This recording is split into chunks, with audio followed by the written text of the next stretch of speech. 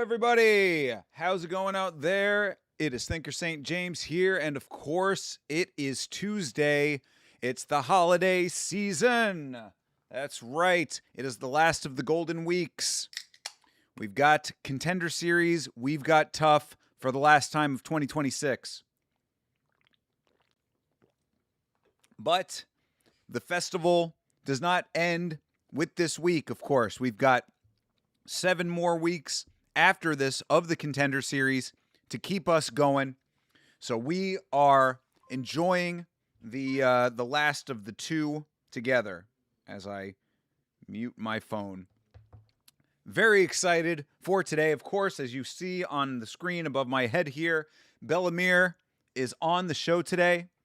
So we are looking forward to seeing Frank Mir's daughter and finishing out TUF. You know, we watched all of TUF so far, so this is going to wrap up TUF, and then we're going to find out when they're doing the TUF final fights, and then we're going to find out who the Ultimate Fighters are for the year.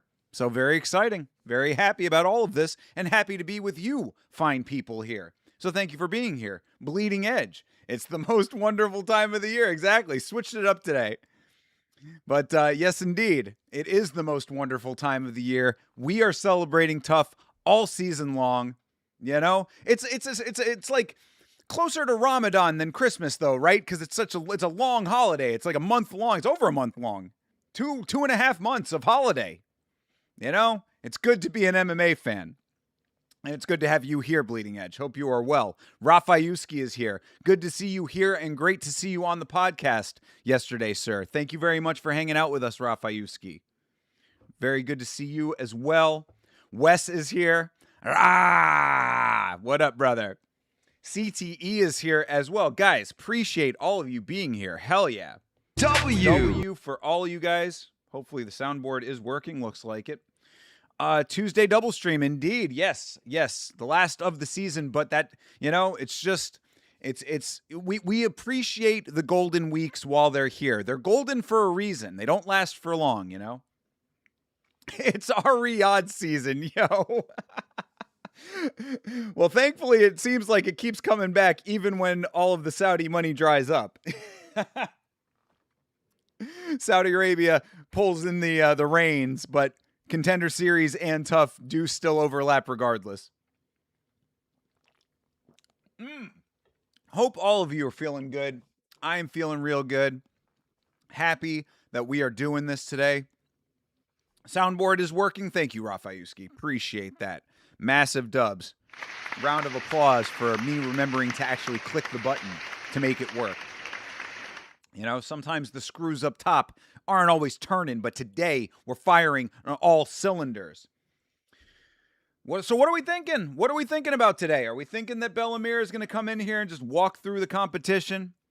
Alex Apodaca is her competition? Apodaca. That's an interesting last name.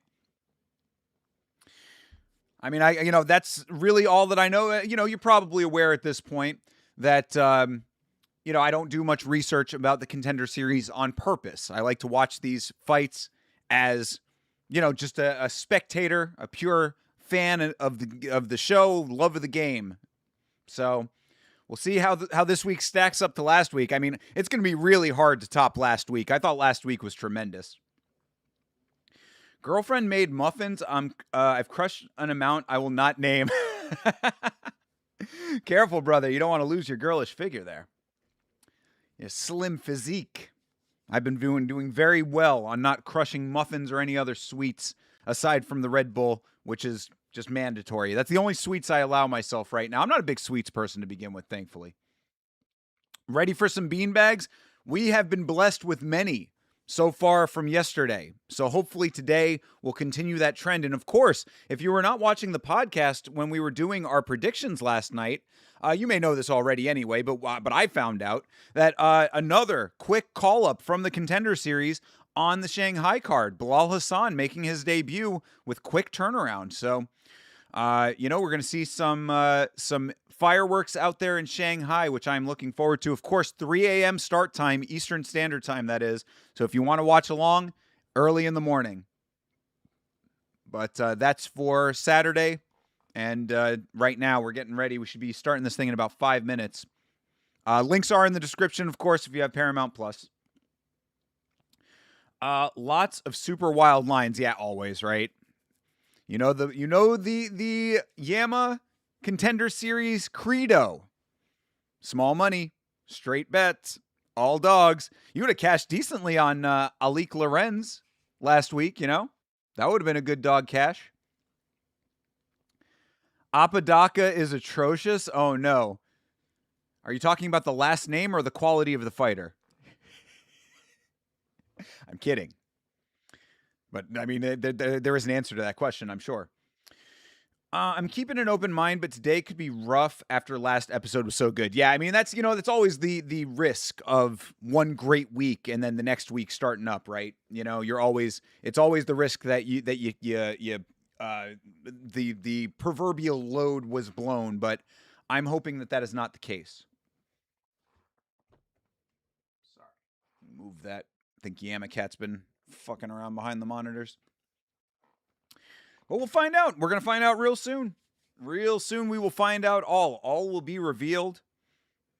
And I'm just, it really is one of those things. I say it every week, but it really is true. You know, during the work day, this was actually not a terrible work day. This was actually a pretty easy one today. But, during the day, I'm just kind of chilling, doing my thing, whatever. Sometimes more stressful than others, but this was an okay one. But either way, about halfway through the day, I just remember to myself, man, it's Contender Series night tonight. And then I just, that little dance that women do when food comes to the table? That little, like, I'm excited about eating dance that they do? It's like, ooh, ooh, ooh, ooh, ooh, like one of those. I do that, but in my mind, because, I'm a man, obviously. I'm sure there are plenty of masculine men who also do the I'm excited about food dance. Just joking here. These are just the ha-ha jokes. But what else? I don't know. I mean, we got about 3 minutes. Of course, I'll let you know when this thing starts up. I'll give you the countdown, the timer, and all that. I won't give you the countdown. I'll give you the sync point. But let me know how you guys are doing out there. What's going on with you guys while we get this thing started? Hope that you are well. Hope you're having great weeks. Early in the week still, but hopefully it's still going good.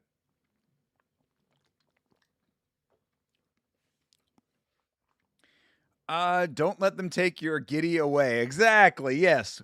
The giddiness. Exactly. Yes. Not indeed. I can certainly still get giddy the same way that I got silly back in 2001 or whenever the hell that song came out. You remember Get Silly?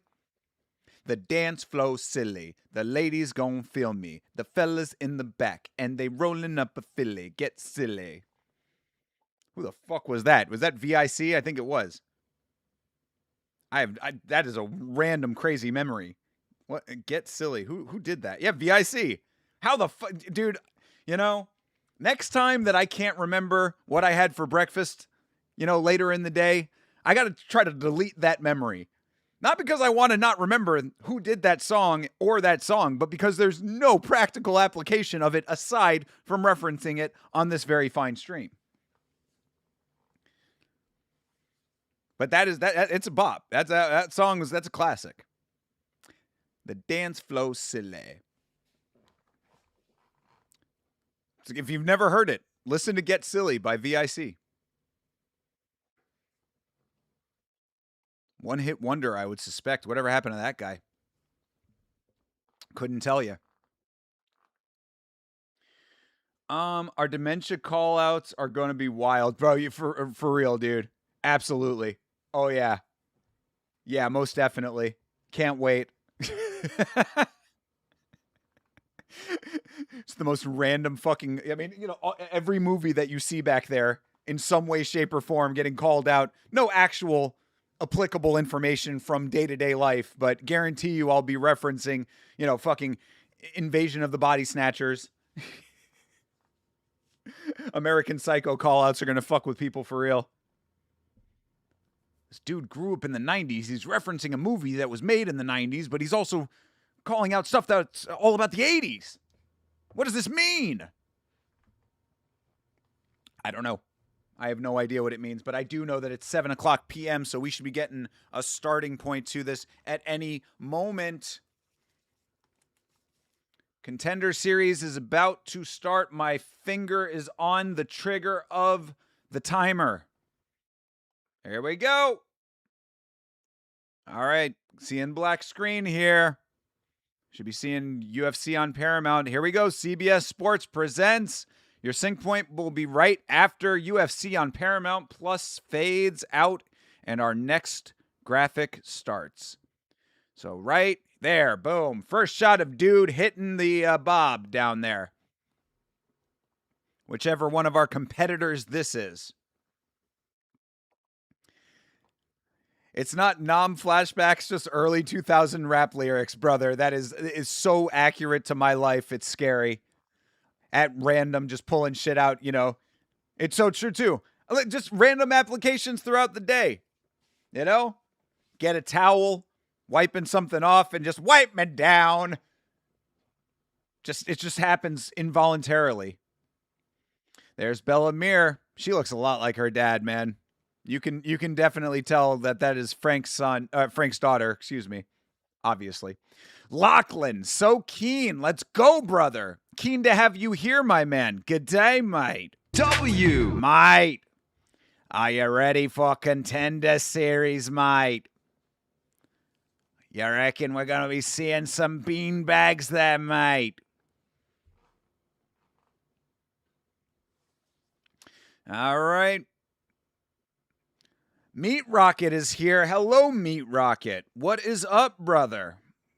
What is going on, my man? My boy. And this is still my boy! That's right. Appreciate you commenting on the shorts, brother. Thank you for watching.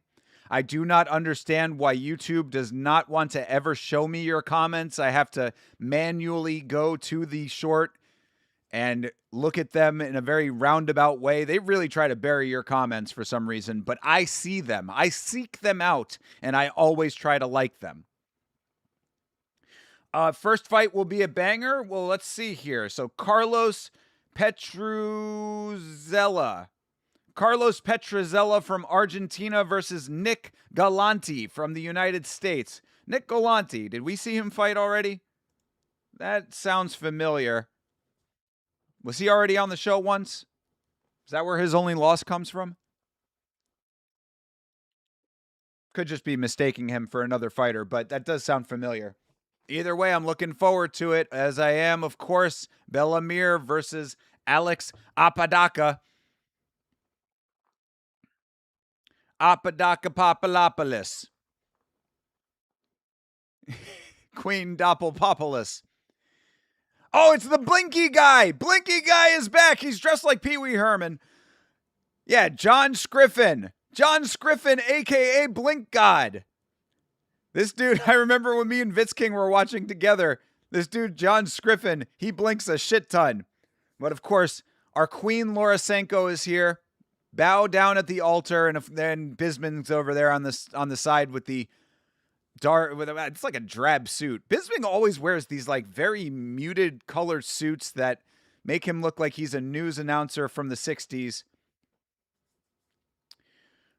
Argentina never gone the distance, 15-1. Really? All right. Well, that's a ringing endorsement. The Argentina fighters are severely untested.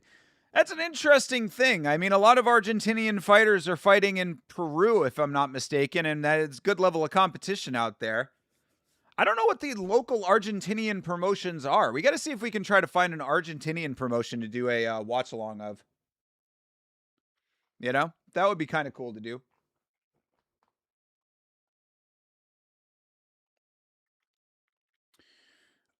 He does all the UFC BJJ stuff. Got you. Okay. So that's how I know the name. So this is a BJJ guy who is finally venturing into the real deal, taking it one step beyond.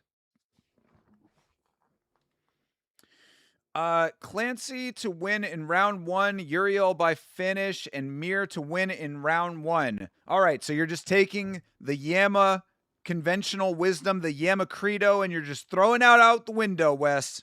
I see how it is, brother. Well, for your sake, I hope that all works out. But the Yama Credo will remain. Short money, straight bets, all dogs. In fact, how much money do I still have left to play around with in my own account? Let's see. We might be able to put that into works here. Galante moneyline, Humphrey moneyline, Uriel moneyline, Mir moneyline. Lots of money lines. Oh, we're kind of up right now. We must have made out pretty. Oh, because you know why? We made out pretty okay because we had our money on RoboCop. Straight bet on RoboCop. And then what was the other parlay that worked out? Oh, yeah. Stan Dorsonville, Jackson McVeigh, Carly Giudice, and Marcio Barbosa all pulled through. That was a decent little pop. Oh, and Jamal Emmers. That was another decent little pop there. Yeah, we did pretty good last week. Had a straight on Jamal Emmers. This card is super shitty for betting. Not if there are major dogs on it, bro. This is where dogs shine, bro. Wes, do you think that I created the Yama Contender Series Credo out of thin air? No! This is tried, true, and tested. This comes from experience, watching the Contender Series and seeing so many dogs upsetting major favorites. The Credo was forged in the fires of 10 seasons of Contender Series. Truly it is the one ring of this very specific portion of MMA. The main promo is run by the main manager from the Argentinian fighters. He gives them cans when they have Contender Series fights. He pulls all the fights of his fighters off of YouTube so there is no film. Bleeding Edge, is this true? That is a wild story. That sounds a lot like Tough Enough. When that one guy was in the chat during Tough Enough telling us about how corrupt that organization is. That sounds like a video topic waiting to happen. Promotions that artificially inflate their fighters. What is the main promotion? Bisping talked about the A1 show on his pod. Oh, did he? He said Callum was offered a fight on it, which is why people were asking about him. He had another fight scheduled that weekend, but this weekend, but it didn't happen. Okay, gotcha. Interesting. Did he talk about how shitty the broadcast was? Did he talk about how the broadcast team was one of the worst that we've ever seen in all of MMA? I mean, how many watch-alongs do you think we've done on this channel together at this point? Probably maybe 100, I would say. We're probably, if we're not at 100, we're probably getting close to 100. If out of 100 broadcasts, yours is the worst, that's gotta be something pretty exclusive.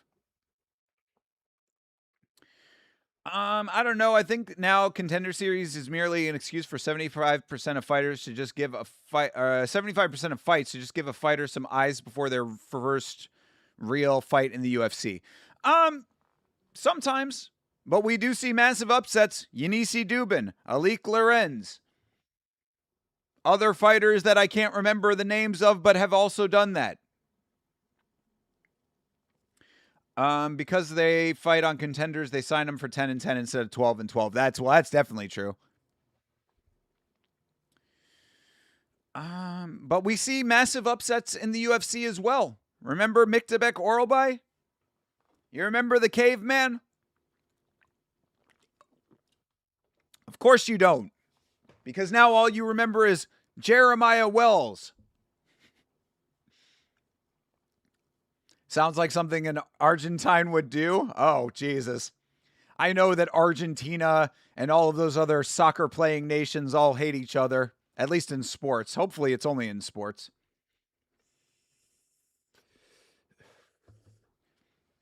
It's called Samurai Fight House or something like that. Shoot, man, if you can find me some documentation of that, or at least somebody talking about it, that might be a video at some point. Jungle Fight does the same thing. Bro, we've got multiple promotions all doing this. Corruption in MMA runs deep. Hey, Sanjay, good to see you. Didn't see you for Muay Thai Sunday. I was wondering what the hell happened to you. Chore day, hanging with you all while I finish my list of shit to do. Got you, brother. Appreciate you, my man. 10 fighters, 100 nights, one shot. Okay, bro. That Wells fight was amazing. Reminds me why I watch fights. Yeah, it was definitely impressive. I mean, all jokes aside, I was very happy for Jeremiah Wells. You mean that guy in Chase's family photos? Yo, for real. Chase quietly slid that picture into the closet. You know how some people turn their family pictures down when they're intimate? Chase, just out of shame, just kind of slid that away. Like he was pushing away dinner he was, put off from. Lost his appetite. It's a bit deeper than that. Basically, the whole South America hates Argentine. Is what? What? Well, enlighten me, Rafayuski. Why is Argentina such a hated nation? I must know. I have to know this. This is interesting to me. I can send you the video I saw that info on. Please do. Put it in the Discord. Excited to see the Cage Warriors guy tonight. Which one is the Cage Warrior? I know that they just showed us on the graphic. I wasn't paying attention, but which one is the Cage Warriors guy? I mean, is that really corruption, or is it just looking out for a guy that fought in your promotion? I would say it's corruption. I would say, I mean, it's okay. Maybe corruption is not the right word, but I would certainly say that it's underhanded. I would certainly say that it's not scrupulous. I would certainly say that it is a lack of integrity that it takes to do that. You delete footage. You delete footage of your fighters. You delete footage of your fighters and you put them up against cans. I mean, I think that's, I think that certainly is unethical. If not, corruption outright. But maybe that's just me. Sure, it may be a little greasy, but you respect it? Well, I mean, people respected John Gotti too, He gave people chicken. Pablo Escobar built apartment complexes. I don't know. I think it's maybe that's a little bit of a strong connection there. Did a Contender series breakdown and talks about it? Oh, Hey Jive? Not familiar. You know me, man. I know 3 MMA YouTubers. I've heard the same thing, that they do not like Argentina. Is it racism or something? Yeah, I mean, what's the deal? I guess we'll find out in a second here. I only know that because the World Cup games play, a whole bunch of people are furious with Argentina. That's why I thought it was a soccer thing. I'm officially a casual. I have never authenticated my TV for my UFC Fight Pass. Brother, you just got the TV. But if you allow that to continue, then it's like a life bar in video games. The more that you allow your Fight Pass to not be authenticated, the more casual you become, until you finally lose all of your HP and you're a full casual. And then what good are you to anybody? All casual fans just have no aura whatsoever, Useless to the entire planet. Probably not even loved by their own families.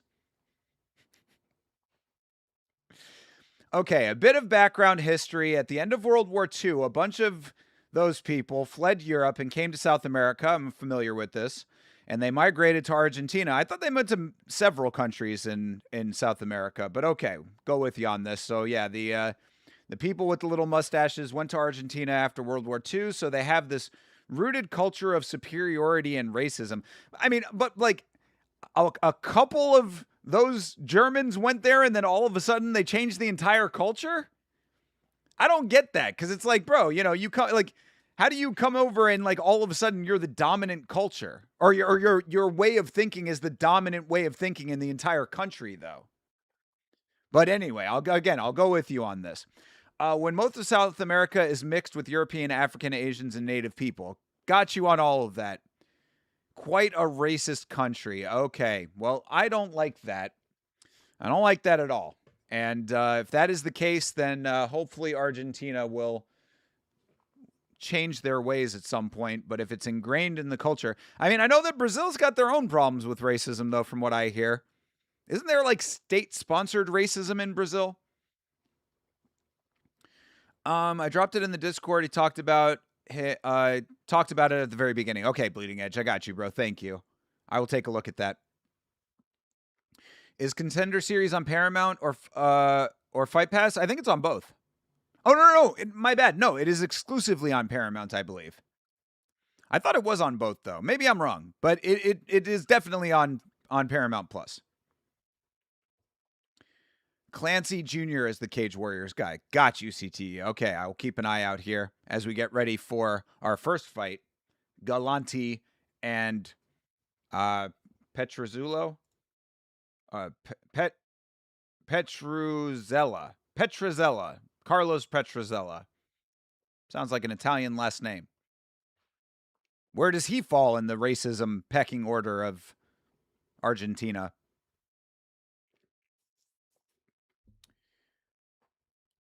Johnny the God, appreciate you, brother. My balls just shrunk. Thank you for that, Thinker. Excuse me as I hide in the shower and cry. No, Sanjay, you have the opportunity to not let your HP bar go down so far. Don't let your balls shrink. Just authenticate your Fight Pass. Argentina has always been kind of supremacist. Well, that's not cool. I don't like hearing stuff like that because I always thought the Argentinians were kind of cool. Are they on the new Paramount? Yes, all of the Contender series will be on Paramount Plus. You can go back and watch the other 2 weeks as well. Not sure if my internet, if it's my internet, but the stream's stuttering a bunch. It might be your internet. I'm not dropping frames over here, but anybody else having problem with the stream? Let me know.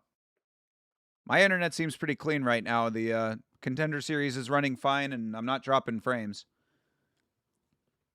Try refreshing. Did you know he's Seth Petruzzelli's son? I know. That was definitely what it reminded me of. Mick Maynard is the one who scouted him. And true to the Argentinian things we were just talking about, he is white as fuck. That is one white Argentinian.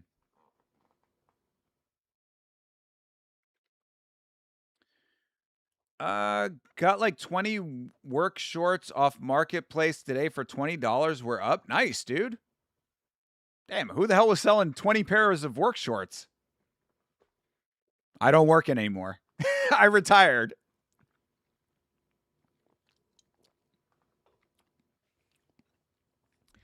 I feel really bad saying this, and I worked at an Argentinian restaurant, and they were not very pleasant to me. Damn, that sucks, man. I hate hearing this about Argentina right now. This is like new information that really hurts my heart. Hurts my heart to hear, especially also think Argentinian women are very pretty. I'll have to keep that in mind, you know? I don't want to get with a racist. I actually used to have a bit in my stand-up act about getting with a racist. I'm not going to say it though, because it would, if I ever do Kill Tony, it was going to be one of my bits for Kill Tony. The whole of South America has racism and xenophobia problems. The whole continent was built on top of blood of Africans and native people being killed / exploited by Europeans. Welcome to the club on that one. All right, either way, enough with all of that sadness. Let's see if the Argentinian gets beanbagged over here. Fight's underway. Petruzella versus Galanti. Well, we got to go America all the way here, considering this conversation. It isn't something that will be solved in my lifetime. Yeah, it probably won't be solved ever, bro. Problems never seem to fully get solved, do they? They just evolve into new problems. But whatever. Hell yeah, USA. Got a very special drop I'll be able... Oh! There you go. That's a little bit of that old United States and the Kisser. That is a beanbag to start off the show. That's an early and very quick beanbag. Oh, that boy got a beanbag. Ooh, that's a beanbag. That is a good old United States of American beanbag. America, fuck yeah. Let's go. Damn, dude. He knocked him out from the fucking clinch. Bro, knocked him out in the clinch, basically. Off the break. He knocked him out off the clinch break. That is beautiful. You know, and I'll tell you something about that right there. That when I was talking about Andreas Gustafsson, if you go back to the early episodes right after Andreas Gustafsson made his debut on the Contender series, I was talking about Andreas Gustafsson and how great he was not only in the clinch, but on the clinch break. More people, you want to talk about the new meta being the Scottish Twister, more people need to take that as the new meta. Better breaks from the clinch. More activity in the clinch, more elbows in the clinch, and more striking effectively off of the clinch break. Because that is what can happen. That was gorgeous. Nick Galanti. Shout out to my bros. 2000 Galant. Mitsubishi. That he used to drive. Candy Apple Green. You know, I'm not the smartest guy out there, but I think the guy is going to win a contract. Yeah, Wes, you are not wrong. Easy contract incoming. Shout out to Justin Bernard, the GOAT. I was about to say I like their stances and bounce. I don't think this fight is going to round 2. Sanjay, you are the beanbag whisperer, brother. We appreciate you being here for the Contender series. You know, it's like if the Contender series is a holiday, Sanjay is like Saint Beanbag. Jolly old Saint Beanbagus. Couldn't make that one work. Jolly old Saint Beanbagus. Bring us new beanbags. USA in this hoe for real. Hit it again. America, fuck yeah. That's how you get a contract? Abso-fucking-lutely. Absolutely. Yet again, you know, you're going to hear the same notes on the podcast, sadly. You know, it's going to be, again, well, we didn't really see enough to know exactly what we're getting. But if you saw that, you definitely got at least one great data point. The guy knows how to break a clinch and strike effectively at that close range. So many fighters squander that close range. I'm so serious about this. And again, I have to bring up Andreas Gustafsson with that because he was the person where I was like, bro, more people need to be throwing those tight elbows in the clinch and the breaks from the clinch. That's an opportunity right there. This is 12 for 12. Violence is peak entertainment. Let's go. This is why it's the most wonderful time of the year, baby. It's the most wonderful time of the year. They both have good bodies on them too. True. Sure. I mean, I wouldn't say that he's got the craziest physique, but you know, fair enough. What an insane beanbag slime out. Fuck yeah, Johnny. Unacceptable beanbag? You really trying to get banned again, Meat Rocket? No, I will not hear any Nick Galanti slander from you, sir. If we could bet online on fights, imagine how much money I could have won on Polymarket betting prop bet that a finish is happening when I go to lunch.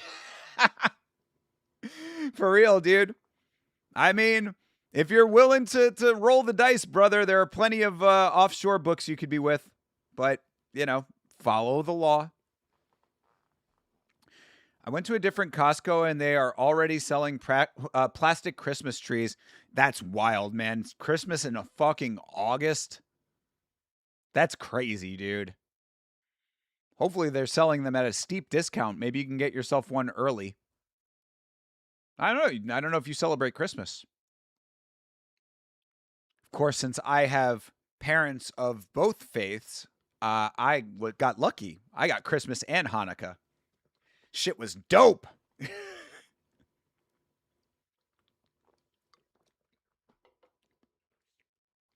Can't believe Senko is back. She wasn't here last time. I know. I missed our beautiful Laura Senko. Who'd we have doing the interviews? We had Paul Felder. Significant drop in attractiveness. Shout out to Paul Felder. He's the man. Paul is definitely the man. Also, speaking of commentary, of course, Michael Chiesa is going to be on the commentary for Shanghai. I think he did pretty goddamn good over here on the Contender series, so I'm looking forward to seeing him on a full UFC card. I think Chiesa's pretty good.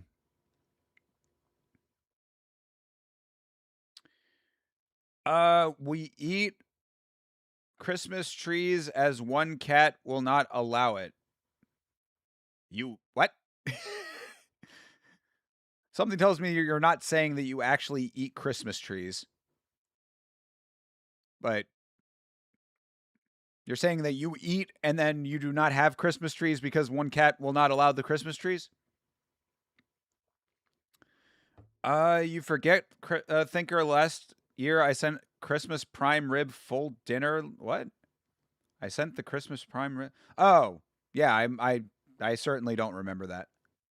But cool. Good deal. Felder's hot, don't diss. Hey, well, you know, teach their own, brother.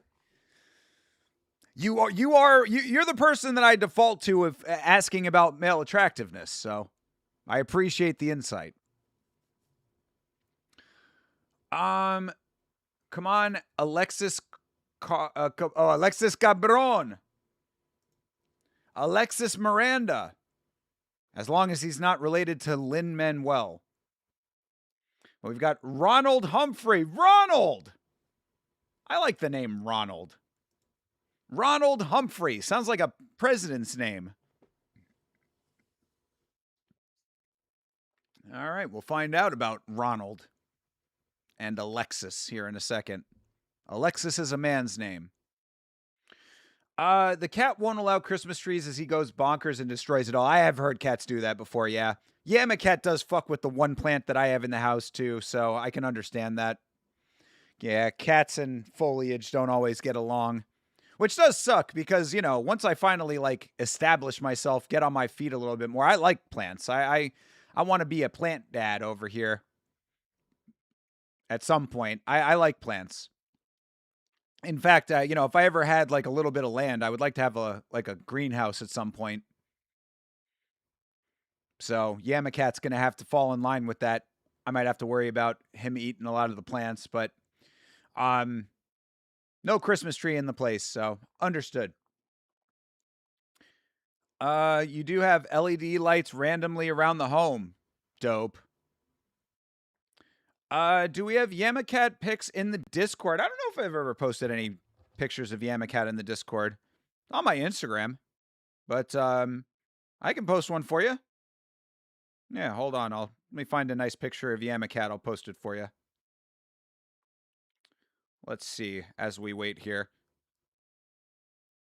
As I scroll past pictures of my fucking ceiling in my bedroom that is leaking currently after they already fucking fixed it. They're supposed to fix the fucking ceiling. They had tarps out there, people walking on the fucking roof.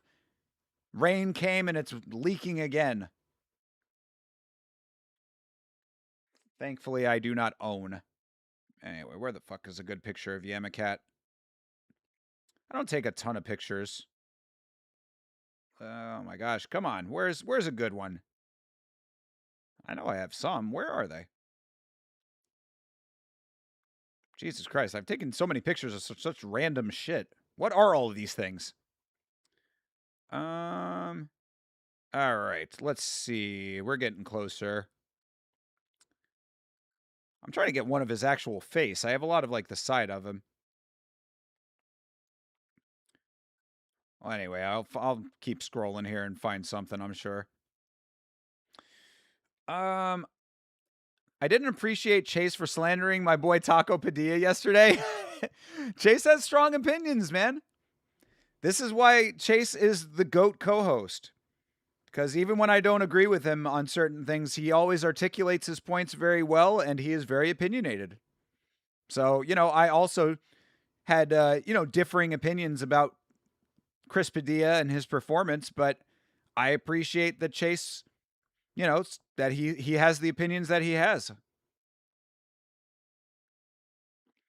Where is a picture of this fucking cat's face?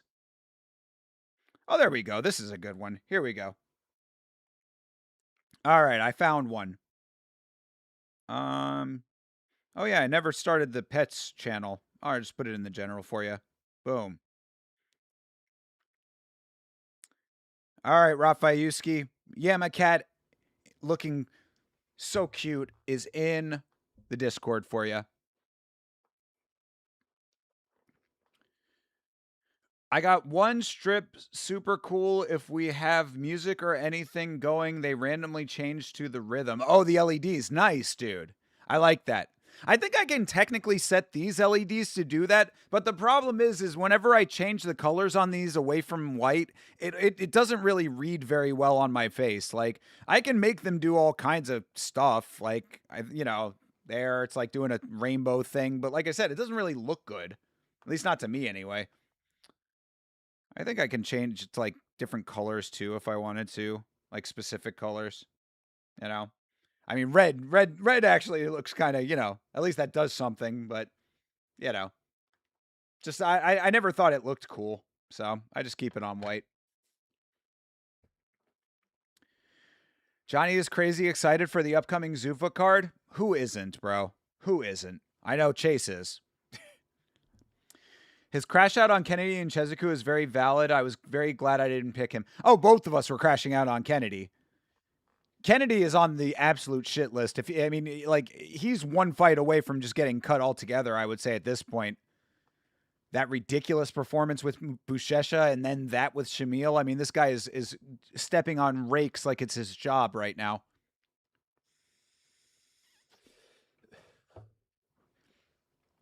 Love black cats. They're so cute. Oh, yeah. He's lucky. He's lucky he's as cute as he is, and that I love him so very, very much.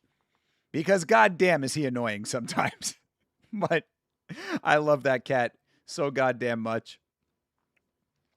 It really is one of those things that if I stay out, if I'm out of the house, if I stay out for too long, I literally have the thought, like, I got to get home. I got to get home and be with the Yama cat. And then I get home and we hang out for a little bit, and then he just goes and does whatever else. I'm like, I guess he didn't miss me all that much. I'm sure he did. 2 words, Ronald Humphrey, must-see TV. Couple more than 2, but I'm with it. I like the name Ronald. You're excited for Power Slap? Let's go. Shit, we might have to do another Power Slap. I was thinking about that. Damn, that is a cool back piece that this guy has. Bro is definitely representing his native Mexican roots here. But yeah, I was thinking, man, I'm like, I did not like Power Slap. So, should the community want to do another Power Slap? Should there be an outcry for another Power Slap? I think that we might have to do it. But we'll wait till after Contender series, though. Just call him a cucumber at this point. Talking about Kennedy or talking about Vegan Rocket? Kennedy also qualifies. Same with Roman Delice. I was trying to post the clip I was talking about on the podcast of Roman Delice, and YouTube is like authenticating it forever. I think it's because I am a little bit harsh in my description. Humphrey is a trained weeb. His aura will determine this fight. Oh no. A trained weeb? Does he have a waifu? His name's Ronald, and all his fights have ended in first round TKO KO. That's all I know about him. Well, all right. I don't know. The weeb label does not give me high hopes, but we have seen other very successful weebs. One named Israel Adesanya comes to mind. Why didn't they do Bellamere versus Brock Larson's daughter? I don't think that Brock Lesnar's daughter is fighting MMA yet, or maybe ever. I think she does track and field, if I'm not mistaken. Power Slap was talking to you like the Green Goblin mask, bro. That is so fucking true. You are correct, sir. Yes. Thinker. You know you want to do Power Slap again. You know you enjoyed it. No. Power Slap, no. I won't. I can't. You must. I suspect that is the goal they need to build, the setup and the hype. It might be later on, but like I said, I don't think that Lesnar's daughter is doing MMA.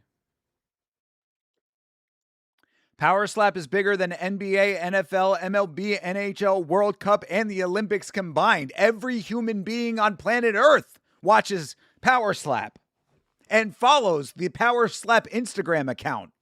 Real Madrid? Real who? Never heard of him.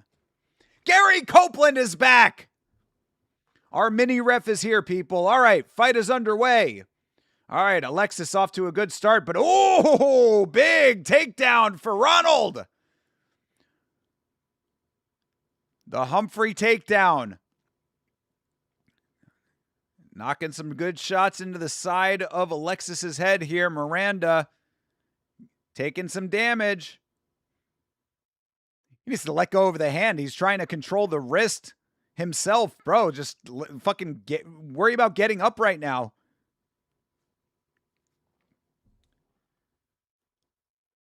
A brother that likes anime is super normal. You're not wrong about that. Whitaker likes anime? Okay, fair enough. Track and field is a gateway to MMA and the best base for UFC. True, I've heard that. These guys are going. Jeez, Miranda with these big swings. He's going to get countered. All right, low kick for Miranda. Little reacher jab for Humphrey over here.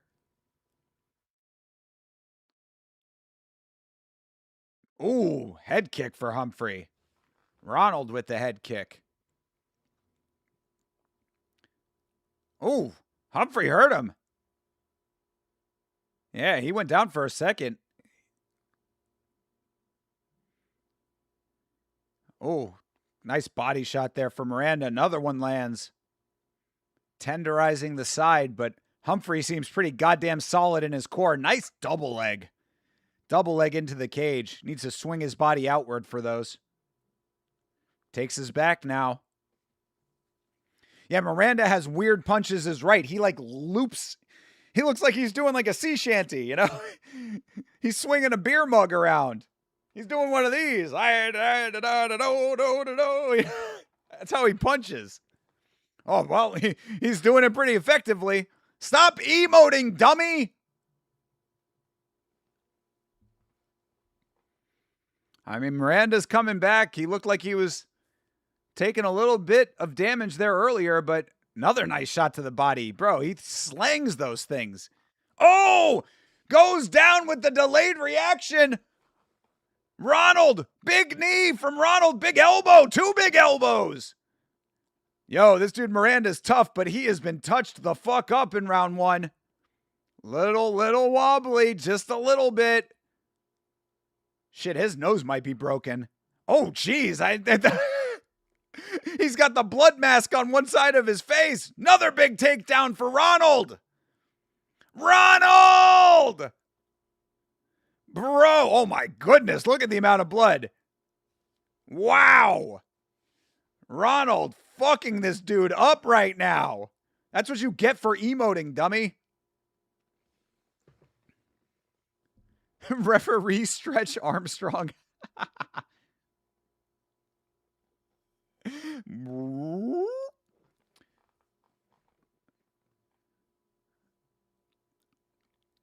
I mean, this is really nice work for our dude Ronald over here. Oh, he almost had the choke. Jesus Christ, the mat is fucking painted. You wanted excitement, people. The Contender Series is here. Wow, this dude is cut to shit. Big elbow. Oh, there's the choke. Oh, is he gonna? Oh, you must tap, brother. He got it. Ronald Humphrey with the beanbag. Oh, that boy got a beanbag. Ooh, that's a beanbag. That was tremendous. Relentless Ronald indeed. The Humphrey dance is your chance to get the bag. Bro, Ronald Humphrey. Yo, that was some shit. Throw in the towel. I mean, the cut was bad, but we've seen bad cuts before, but it's not even really about the cut. I don't even think it really is that bad a cut. I think it's just, a deep enough cut in the wrong spot. Those top of the head cuts do bleed really badly, but it's not even about the cut. It's about the relentlessness. That is the exact right metric to be measuring this fight from. Ronald Humphrey understood the fucking assignment. He understood how you are supposed to fight when you are on the Contender Series. This is what the Contender Series is all about. Kid's got heart, though. He got his ass beat. He didn't want to fucking quit. Yeah, true. Shout out to Miranda. He'll have another chance to come back, I'm sure. I don't recall they changed the mat between episodes in the last season. No, they definitely do, dude. They definitely do. They'll change the mat out. Don't worry, folks. We'll get a clean mat. Makes you want a couple Big Macs and fries. Sanjay, stop eating so much, brother. For your own sake, my dude. 15 fucking burritos is not an acceptable meal, bro. Telling you this for your own good. Yeah, Puddle of Blood for real, dude. What's the name of that band? 3 Inches of Blood? 6 Inches of Blood? They're actually a pretty good band. I should know the name. Bleeding Edge would know the name. He's going to have to shave his head so they can repair that cut with stitches right on top of the noggin. True. Yeah, they're going to have to shave a chunk of his head out. Enjoying the pace of this episode so far? Yeah, bro. Steamroller.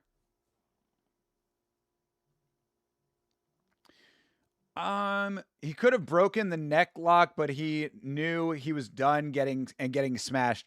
I mean, maybe. He already kind of had it, and then I think there was so much blood that he kind of was able to slip in the under the chin a little bit tighter. But I think he probably would have been able to get it with the initial version of it.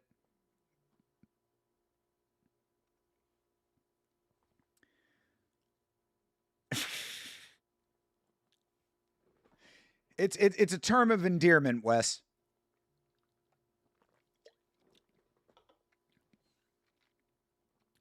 They were Taco Bell bean and cheese burritos, so not many calories. Brother, there were 15 of them. Again, 7 is too many.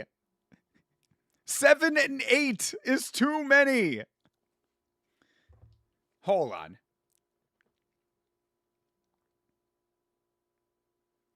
How many calories is in a Taco Bell bean and cheese burrito?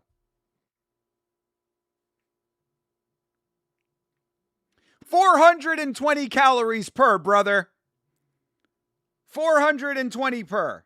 420 times 7. Almost 3,000 calories that you consumed in one sitting on that one. Just saying.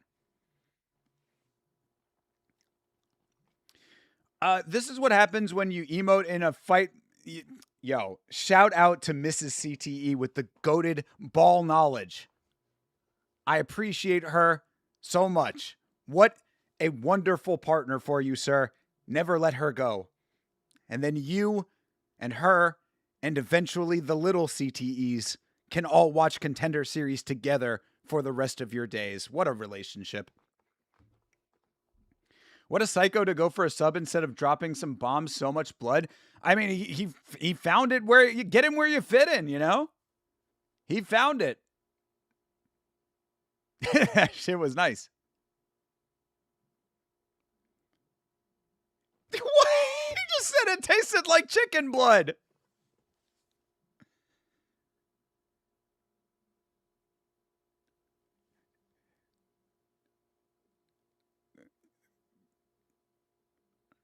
Ronald the career ender Humphrey, he is talking helly shit, bro.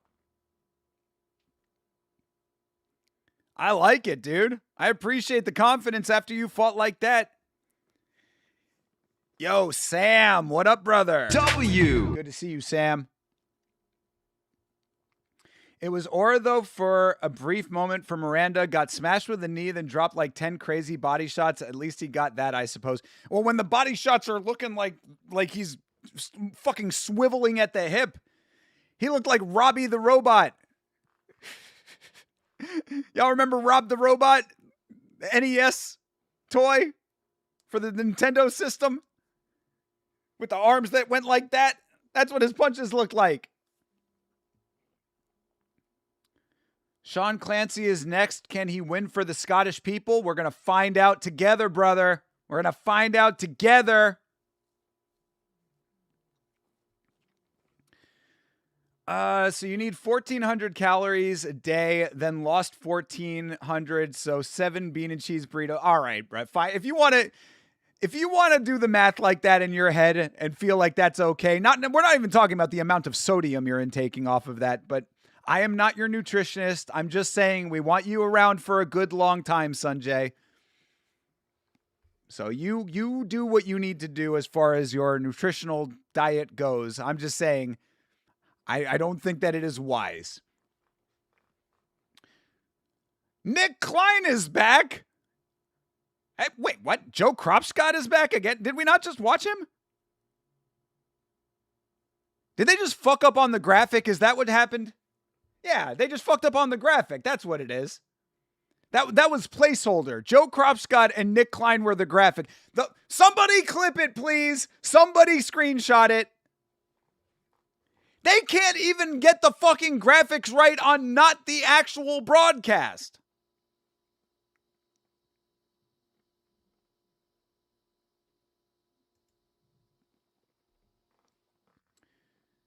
That was an awkward interview, but I like him. I like his style. Yeah, I mean, he's talking his shit. He's doing what he's supposed to do. Oh, that's a real fight that's booked. Okay, thank you. All right, good deal. All right, I take it back. I was going to say, because, yeah, Nick Klein already fought on the Contender Series. Do they drug test for the Contender Series? Yes, they're supposed to anyway. But we've seen many times people popping after the show is concluded, so whether they actually do or not, anybody's guess.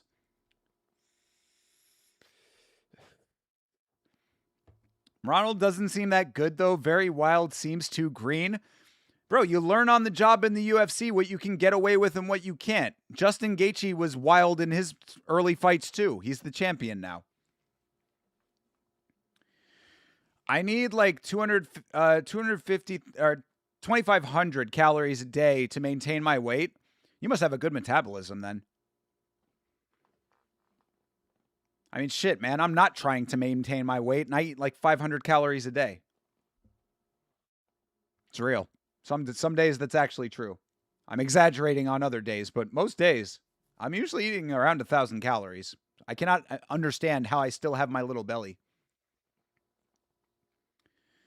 That was great, man. Hit the King Green. I walk in these gyms like this. Let's go. That's right. And then I walk up in these gyms like this. I like him. Definitely fun to watch, but a lot of UFC guys probably too much for him. Well, bro, I mean, we'll see. I think we saw more out of him than we did out of Galante. I think you're early hating for no reason. We just saw a tremendous performance. Gary Copeland Balletto. You're only 165 these days? All right, fair enough, man. Like I said, I'm not your nutritionist. I'm just saying. Oh, you're 255, but you're super tall, aren't you, Rafayuski? Didn't you say you're like 6'3" or something? The Tiger will never be defeated for lack of integrity, I think it said. So he has a tiger on one. This guy Balletto has a tiger on one arm and then a quote about the tiger on the other side. And the Batman. This guy's got and a Star Wars tattoo. Yeah. Oh, for lack of strength. Okay. The tiger will never be defeated for lack of strength. All right. Well, we'll see about that, I suppose. Thinker, your belly is having to stay down from your injury as you continue to work out. Now your belly will go away. Oh yeah, no, it will. It's already going away. It's just taking longer because I haven't been actually in the gym. I'm just still nervous about it, to be perfectly honest, but I got to overcome that fear and give it another shot. Thankfully, I have been walking consistently and, 4 miles a day has not been yielding the same results. So I'm hoping that if I go back into the gym now, I should be okay. Keep your fingers crossed for me. Yeah. We know, buddy, the tiger will be defeated because of lack of skill. We'll see. We don't know. We're going to find out. Maybe he's going to channel the Batman and or the Rebel Alliance or whatever. Which one? That's the Empire symbol, isn't it? Just go and say, fuck it. One step, one. Yeah, no, absolutely, dude. No, it's not about that. It's just, what sucks is that if I have the same problem that I had before, it's like a month. It's like a month being incapacitated. I mean, it's some crazy, crazy pain that I go through with the ankle stuff, but I'm going to brave it. I'm going to brave it because I've already been doing the 4 miles consistently and those seem to be okay. So I will do it. I gotta commit to it. But it will happen. It will happen. That's why I'm never too worried about it. I'm really very, very conscious of how much I eat. I'm walking on a regular basis. I just need to start going back in, doing my weight training. Not hating at all. He's just being so cocky as if he doesn't have a bunch of holes in the game. Hopefully he does well. Yeah, bro, you're supposed to be that. You get a win like that, you're supposed to be a little cocky, I think. He earned that in this moment. What happens thereafter, we find out. Strength training is super important. Remember, nobody in the gym gives a fuck about you. I got social anxiety, and it took some time to get the courage to start training. Oh, I don't care about any of that. I don't care about it what anybody else in the gym thinks. I have medical stuff I got to worry about. I've been in and out of the gym like my entire life, bro. I mean, I still got a little bit over here. You can see the remnants of my previous work, But these guys are soft too, though. These guys need a definite workout for sure. The guns are a little bit puffy right now. They're a little bit doughy.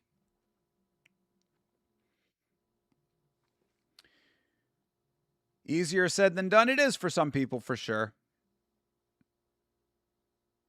Is he related to Adolfo Bellato? Well, his name is Balletto, so probably not.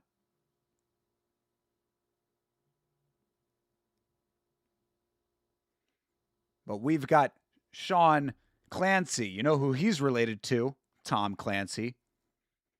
Is his nickname Rainbow Six?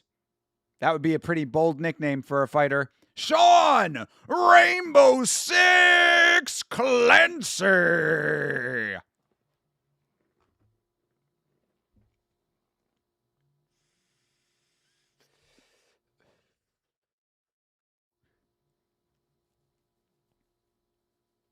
I remember when the book Rainbow Six came out, I was in middle school, I believe. And there was a teacher, very cool teacher actually, who bought books for the entire class. She just whatever book you wanted, the teacher would buy the book for you. Bought a book for every student in the class, and I requested Rainbow Six, not knowing that the teacher would read the titles off of every book to the entire class. So when Rainbow Six came up for me, everybody laughed at me, thinking that I was a middle school homosexual. I also have social anxiety, and the gym has always been a safe place for me. Every and all gyms I have been to. There you go. Gary Bellato versus Ian Adolfo. Fair enough. But yes, no, yeah, I have a weird, I got like a weird, like half and half thing going on. On the one hand, I do have an odd, like, aversion to socializing at times. I wouldn't necessarily say it's an anxiety, but it is certainly like not my favorite thing to do. But then on the other hand, that's paired with a distinct lack of caring about other people and what they do and like what they think, which I know is not good. I'm not bragging about this. As I have said before, not caring what other people think to a certain extent is a lack of self-awareness, I say. And that is a criticism I have of myself. But you put the two of those together and it makes for a very non-social life for myself.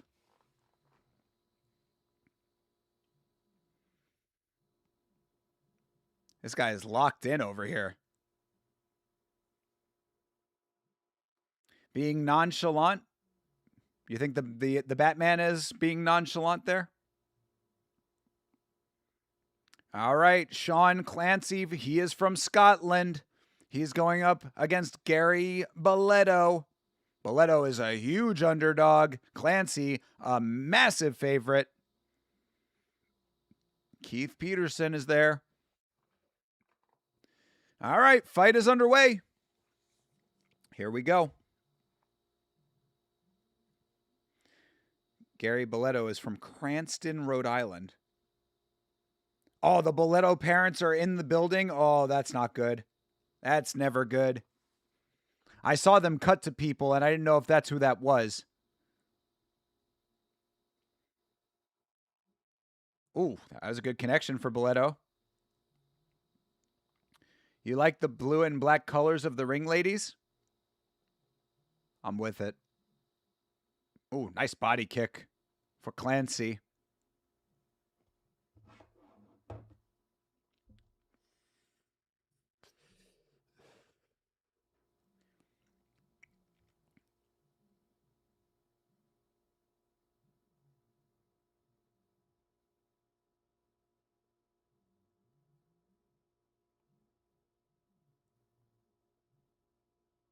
Ooh, nice low kick there for Bellato. Both these guys a little cautious. They're being calculating, I would say. Ooh, high kick lands for Clancy. Kind of an awkward one, but still landed.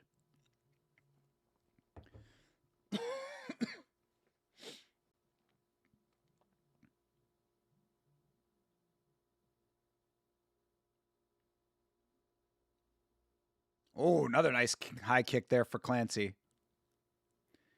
Clancy, nice teep too. Will Clancy be the Mancy? Bisping right now is my favorite play-by-play. He's been my favorite for a while. I'm with it. I like Bisping. I've never had a problem with him. Some people don't like him. But yeah, I like Bisping. I'm okay with him. Sanko, now she's coming into her own, and they're a good team. Yeah, I love Sanko. I think Sanko is great. I've always thought she's been great. Hey, Mick Maynard and Sean Shelby in the building. Ooh, nice question mark kick. Let's go, Clancy. My favorite kick.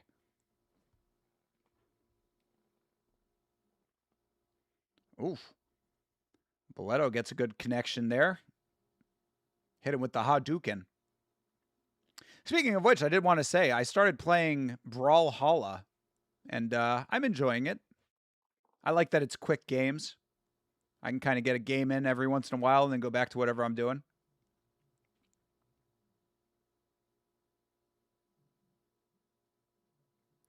When Bisping actually talks about the fights, he's great. Good deal. It's a very, very plotting round between these two. Like Bisping said, it's all single shots pretty much on both sides. It's kind of tagging each other right now.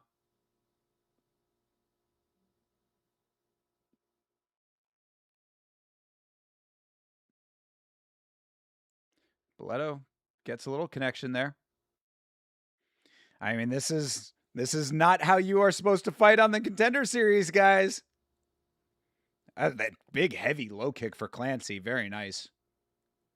He's good with his kicks. He's utilizing his kicks very effectively. USA chants in the crowd. Well, we're going for Scotland on this one. Hit the bagpipes, baby. They're both trying to set traps, but not setting them. Yeah. You got to love it when there are two counter strikers, both waiting for things to counter.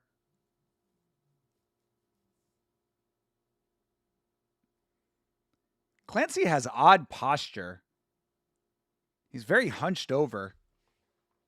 And I mean, you know, you want to have guard, but like, it's like, it looks like he might almost end up being a hunchback at some point in his life, the way that his posture appears. He's got that Luke Riley posture. Maybe it's something about that side of the world. I don't know. They both connect high and low at the same time. Under 30 seconds left in the round. That was a good connection for Clancy.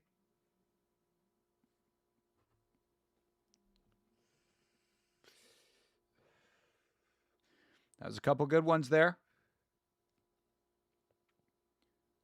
Kick to the midsection. And another land for Clancy. Hard round to score, honestly. I mean, they've both been touching. All right, that'll do it for the round. If Boleto gets a contract, he will need to cut to 55 because the guys at 170 are too big. Ian Prates, Shavkat, Morales, Bonfim, and Buckley. Yeah, I mean, I don't know. I mean, like, I would think the same thing about Ronald, you know? Ronald was talking about that at 170. He said, you know, if you're at 170, you're done. I'm the career ender. I'm like, bro, there are some fucking monsters at 170, bro. Fighters from the UK and associated regions have zero posture. I mean, that certainly seems to be the case. It was traded for spices. Let's go. That's fucking funny. Yeah, how's all that sage working out for you now? As your spine twists into an S shape.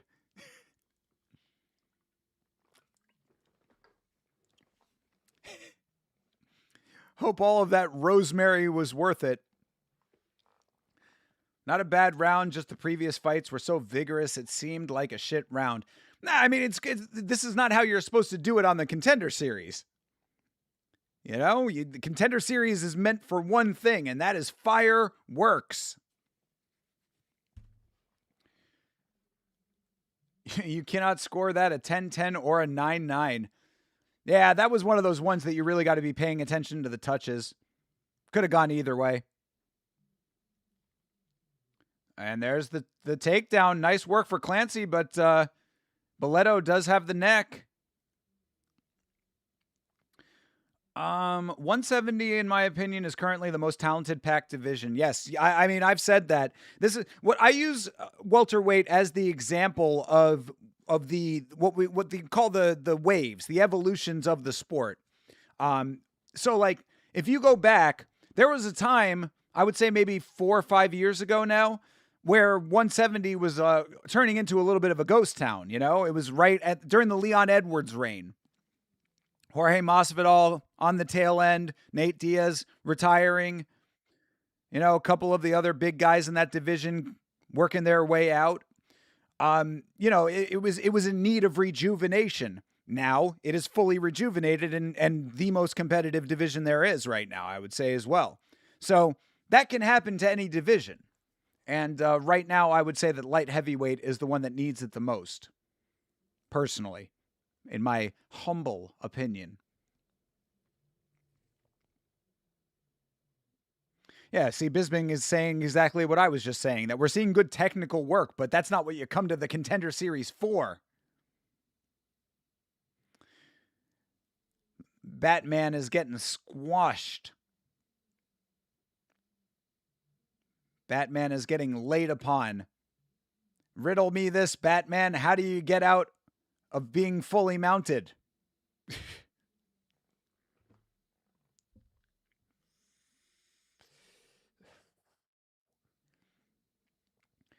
Yeah, full mount working out for Clancy with a couple nice shots from the top. Hammer time, baby.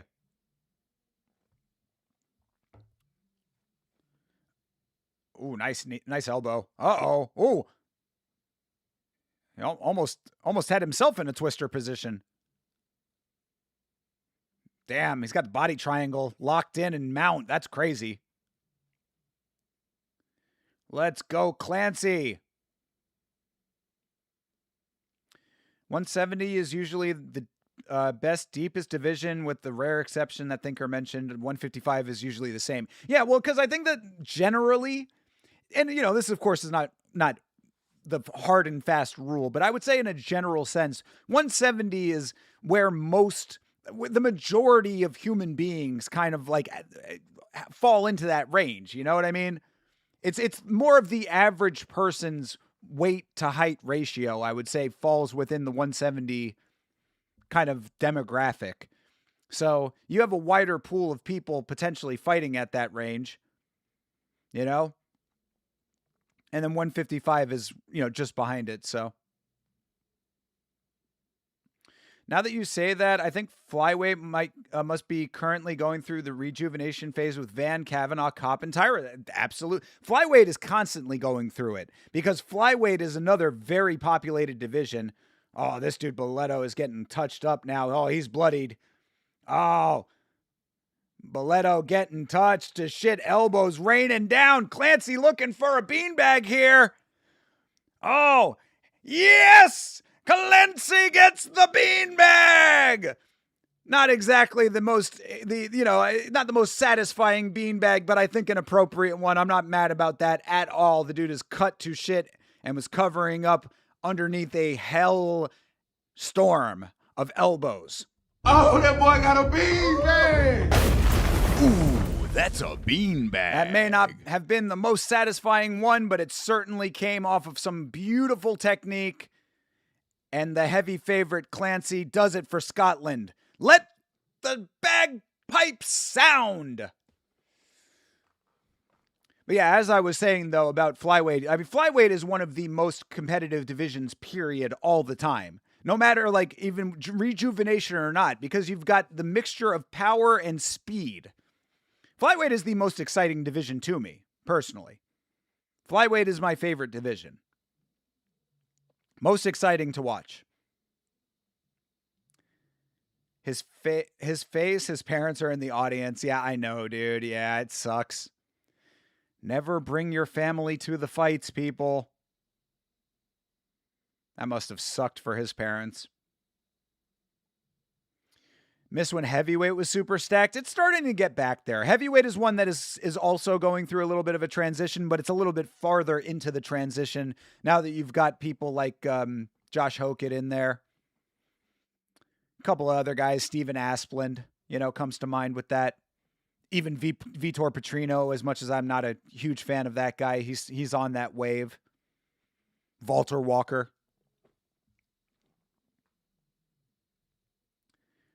We need to just allow juicing for heavyweight only. That's right. Get Derek Lewis on the gear. That's right. He made Scotland proud. Light heavyweight is not bad right now. It just needs more fights. Well, it could use a better pool of fighters to make more fights possible. Light heavyweight, aside from the top 5, is not great at all, except for the up-and-comers that are starting to rejuvenate. It's slowly going through that rejuvenation process. Yakyaev, Baranshevsky, maybe one or two more you could name. A couple of the middleweights that have moved up now.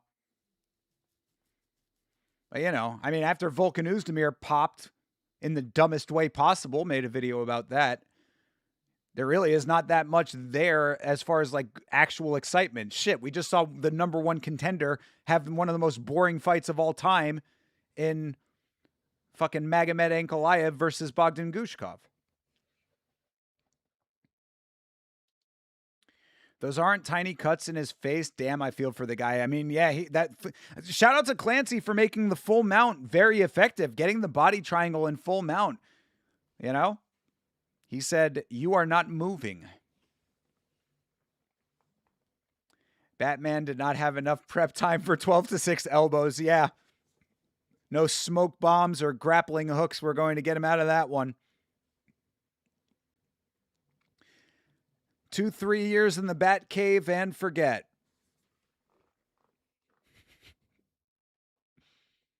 Shout out to Clancy, though, man. Very nice technical performance. As far as actual skill on display, I would say that was one of the higher levels, that we've seen. At least for this season.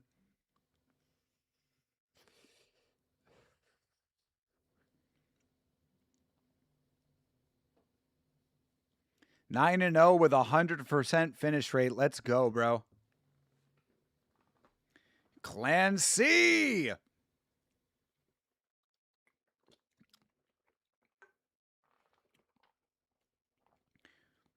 I feel like the first round made us lose interest, but the last 2 minutes were pretty sick. No, definitely they were.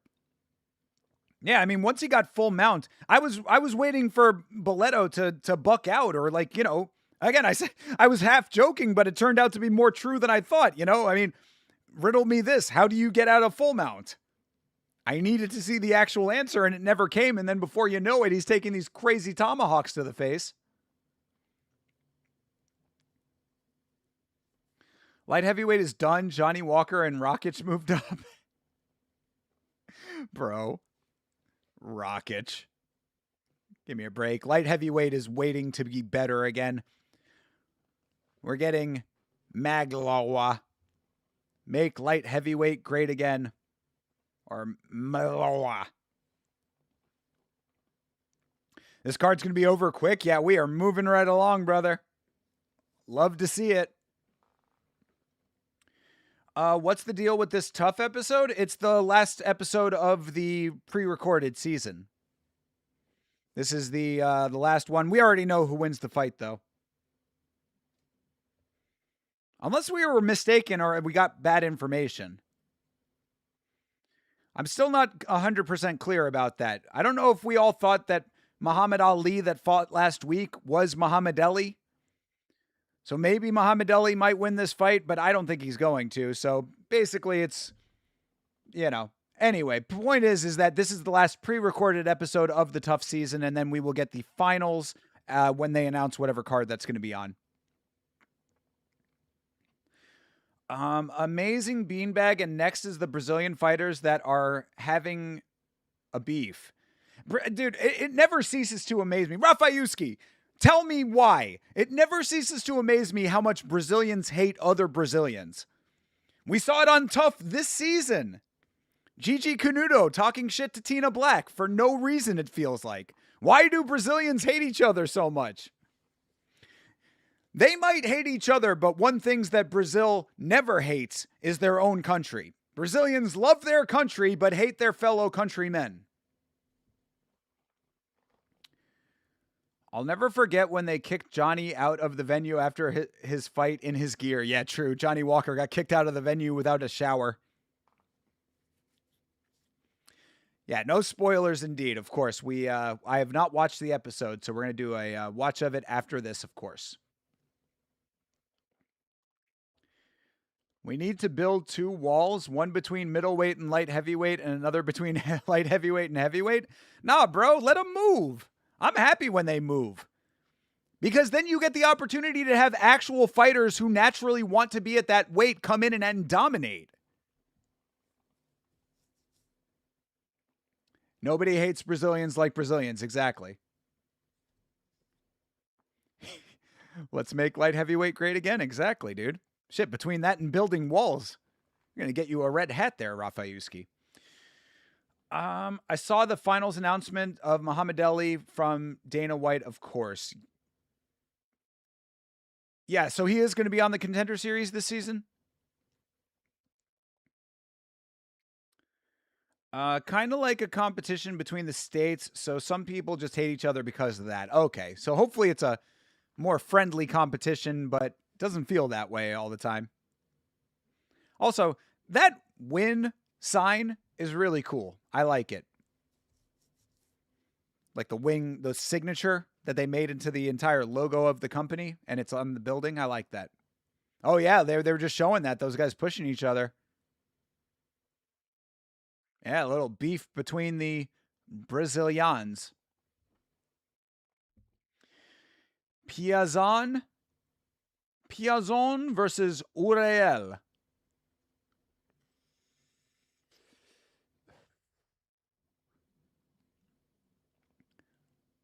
Ah, the shark.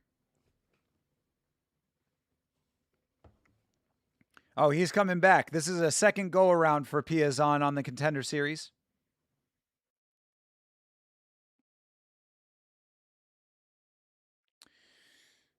I would not mind 2 more weight classes, 195 and 205 to 225, then make heavyweight 225 to 265. I mean, like, sure, if they had enough fighters to fill it out, it wouldn't be the worst in the world. But I mean, we have so many cards and so many fights as is. I don't like. If they, like, it's one of those things that I could take it or leave it. Like, if they did that, I wouldn't be like, damn, that sucks. Because they've been talking about doing 165 for a long time at this point. So it's like, if they wanted to add a couple more weight classes, like, I wouldn't be mad at it. But would I care? Like, I don't know. I mean, sure, fine. Just more shit for me to have to pay attention to and remember. Oh, he's fighting at cruiserweight now, that type of shit.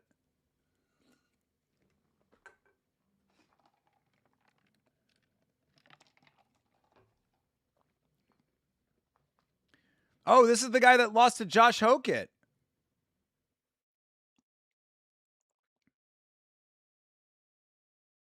Guilherme Uriel. I remember him now. I remember Josh Hokett having a very good performance against him. I don't remember him personally very much.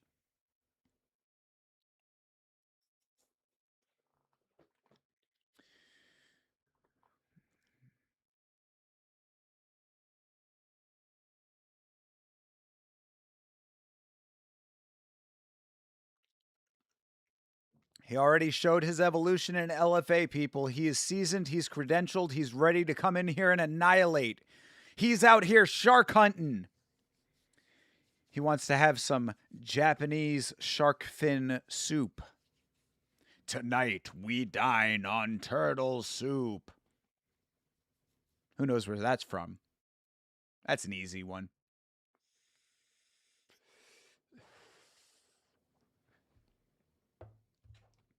He's 100% confident. We saw Terrence Chapman being 100% confident in his last fight.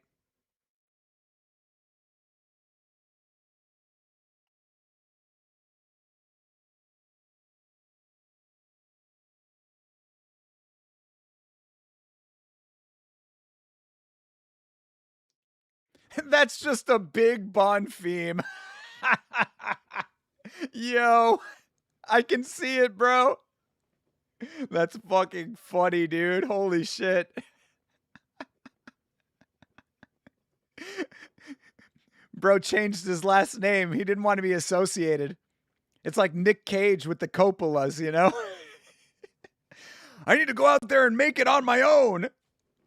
I don't want any preferential treatment. He's the third Bonfim sibling. Abby, far from the best one. Okay. Is he actually one of the Bonfims? Am I thinking that he's not and he actually is, though? Today at the gym, I saw at least 10 guys just like him. Oh my God. That is hilarious. I appreciate having Rafayuski in the chat as our boots on the ground reporting from Brazil, bro. Thank you for being here, Rafayuski. Shout out to you. Shout out to your lovely girlfriend. I hope she's doing well. When's she coming back in the chat? I miss her. He has such a Brazilian face. That is definitely one of the Brazilian archetypical faces. You know, Brazil and their nicknames. That is true. But is he actually one of them? I think we would have heard about that at this point if he was.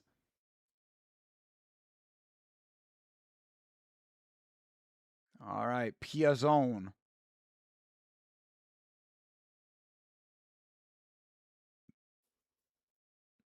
I think they would have slipped that in on the commentary by now. Maybe I missed it if they did.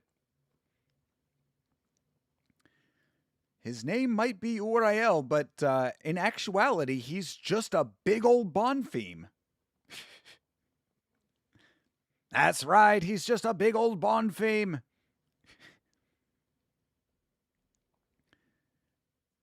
I was going to say that this guy's chest piece is actually kind of cool, but he ruined the motif of the hear no, speak no, see no evil with the 1998 and the big diamond that he has.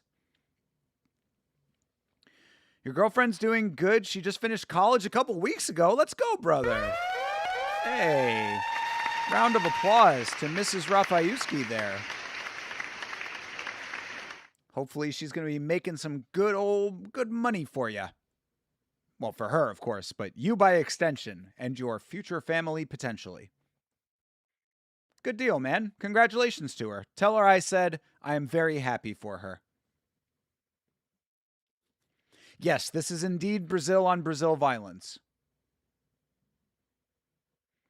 Yeah, second chance for both of these guys, right?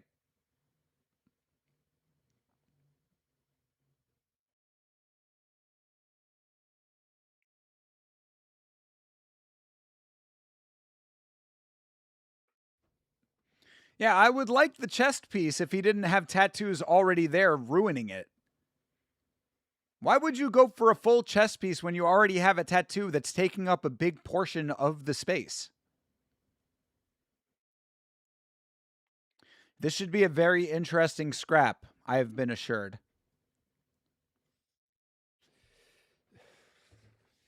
All right, fight is underway. Oh, all right, level change to start for Piazon. These dogs are barking. I can hear them. Piazon gets his head locked here in the takedown attempt. Yeah, Uriel tries to push off the cage. I mean, standing guillotine looks like he could make this work. He's pulling back on it. He's cranking it. Uh-oh. I mean, the arm did look like it went limp for a second there. No tap. I mean, standing Gilly, I mean, this is looking like a decent attempt here. Yeah. He got it! He got the standing Gilly! He got the standing guillotine for the beanbag! What? Oh, that boy got a beanbag! Ooh, that's a beanbag. Only on the Contender series, bro. Only on the Contender series. Are you fucking kidding me? Shout out to him though, bro. Seriously, shout out to him because that was exactly what could be possible if people actually went for it more. You know, you see people go into that position often, but they never actually crank it. He was cranking on it.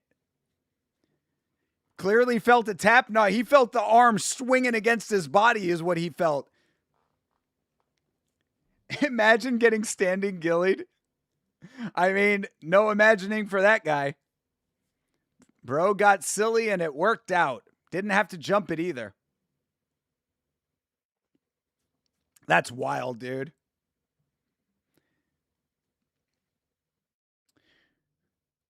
The guy holding the door just stole a high five while the fighter was reaching for the top of the cage. I saw that too, Bleeding Edge. That was funny. He thought it was one of those weird, awkward ones where he thought he was going for the high five, but he wasn't actually doing that. I'm sad that a Brazilian lost, but I'm happy that a Brazilian won. Well, you should be happy that he won like that. That was impressive as fuck. Copeland just towering over these heavyweights. Ha.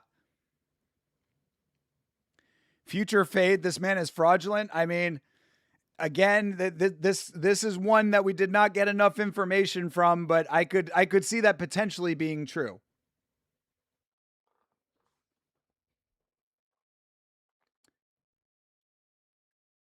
As we all knew this would happen, though, Mario got KO'd by a man with a 1540 record. What? That's wild. Sloppy single leg with bad posture. What else did he think was going to happen? I can almost guarantee you he didn't think that was going to happen. But again, I feel like they were being a little bit harsh in the chat right now. This dude, Guilherme Uriel, actually cranked it. You know what I mean? We've seen so many times that people go into that position. Now, granted, the posture was not great for it, so he was leaving himself open for it. But you know that 9 out of 10 fighters are not going to actually pull the lean. They're not going to actually put their back into the crank, especially at heavyweight. So I like it. I'm okay with it. Is he fraudulent? Time will tell. But for right now, I'm good with it. I like it. I felt good about that. I think that is pretty impressive at heavyweight. What's up with this new generation of small heavyweights? Hokit, Gable, Stevenson, Wint, now Uriel. I mean, bro, it's like there are only so many actually like huge heavyweights that if they are athletic are going to want to get punched in the face for a living. If you're that big and also athletic, you usually go do something else sports-wise. So, you know, we've talked about this plenty of times. Like, it seems like some of these smaller guys just know that they could be good at heavyweight. Let them go and do it. I'm okay with the smaller heavyweights if they're actually going to fight, you know, in a way that's exciting.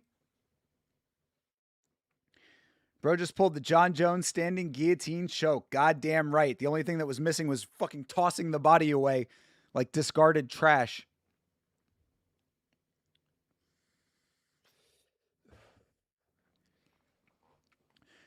For sure, he certainly finished that choke super well. He got his choking arm super deep and hiked his elbow up high enough to literally lift his opponent. Exactly. Just felt like he served his neck on a silver platter. Well, he definitely did that. You're absolutely correct. I think we're correct on both points on this. You know, the entry was not appropriate. Especially the entry was even worse because it was the first instance in the fight. You know what I mean? Like, he speared for the entry. So it's like, bro, you obviously were thinking about it before you did it. Like, you anticipated that was going to be your game plan. You probably should have done it in a way that was not going to leave your neck in that position. So certainly understand the criticism there. He's obviously just as good or bad as Jones. Yeah, I agree. Yeah, no, I appreciate what he was able to do there, for real. He used leverage instead of strength, as well as he had perfect placement. There you go. Hell yeah, Fabiano the GOAT. Wonder if he's going to walk out in that crispy green Celtics jacket again tonight.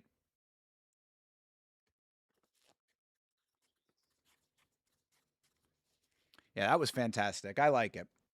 Again, and also at heavyweight, you know how difficult it is to get submissions at all at heavyweight. You know? That's why Anthony Wint was so impressive with the head and arm.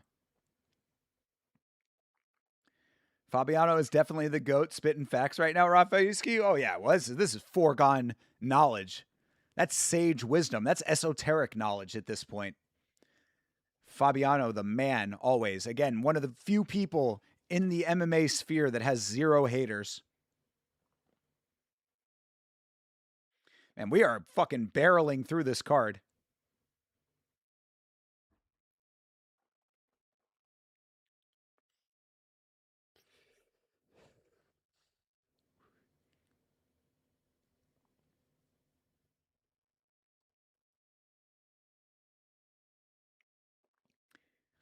This guy is points to his tattoos often. That's a man who has legitimate connections and significance to his tattoos. Can appreciate that. We ain't translating tonight. Well, we are translating tonight. In fact, they should be honored to have their words translated by Fabiano. Remember when Pereira got that standing ghillie attempt on Jan? I was convinced he had that shit. So much of that fight, dude. So much of that fight. There were close calls on both sides, I recall. You know, there were definitely a couple of times both sides I was like, man, this could be over. Crazy to think that Jan was one of the most formidable opponents that Poatan has faced, especially at the time and at that weight, you know? You can attest that he's a great interpreter. I love it. Glad to hear it. He certainly puts his heart into it as well. You'll be here for TUF? All right, Wes. Well, so will I. Glad to have you, brother. Thank you all for being here. Dude's got good ink for some of them, at least. Definitely better than the fucking chest piece on the other guy. Like I said, obstructed by other tattoos. Fedor was the way smaller heavyweight and used his speed to run through everyone for over a decade before losing. Okay. I mean, he was smaller than some of his opponents. I thought he won live, Wes. I'm also a massive Poatan fan. True. Oh, you were convinced Jan won that whole fight? Yeah, no, I also thought the same thing. Yeah, I mean, in the moment, I was like, this is going to be a split decision, and it probably is going to go to Jan. When is TUF? Sam, we're watching TUF right now, brother. Oh, wait, for TUF. Excuse me. We're watching the Contender series right now. I apologize. TUF is going to be right after this, whenever this ends. So whenever this ends, we'll take like a 10-minute break, 15-minute break, something like that, and then it'll be right after that. Sorry, Sam. I apologize.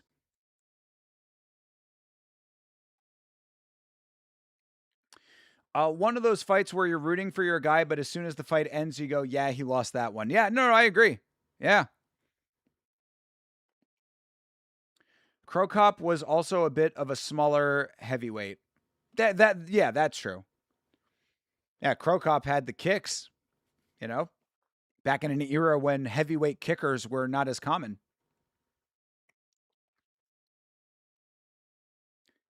Just like O'Malley and Jan. I mean, that's debatable.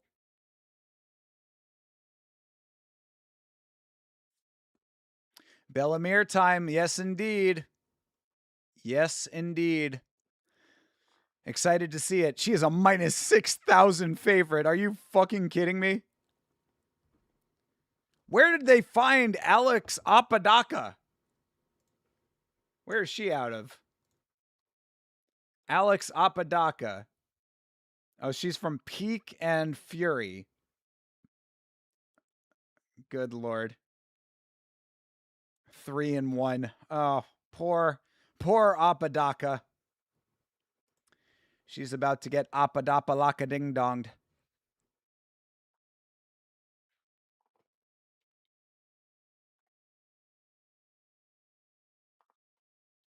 You saw minus 10,000 on your book? Jesus Christ.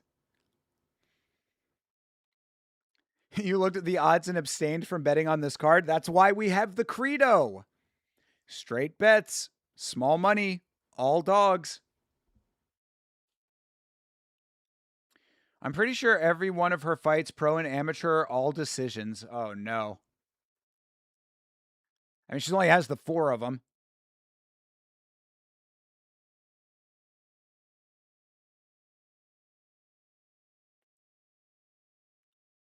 If Bella, a minus 10,000 favorite, wins, you get 50 schmeckles. All right, good deal. Yamashow.com. Use your winnings wisely. She looks exactly like her father. I said the same thing, Rafayuski. I said it is crazy how much she looks like Frank. It's Alex Apodaca time. Yes, where's the Alex Apodaca support?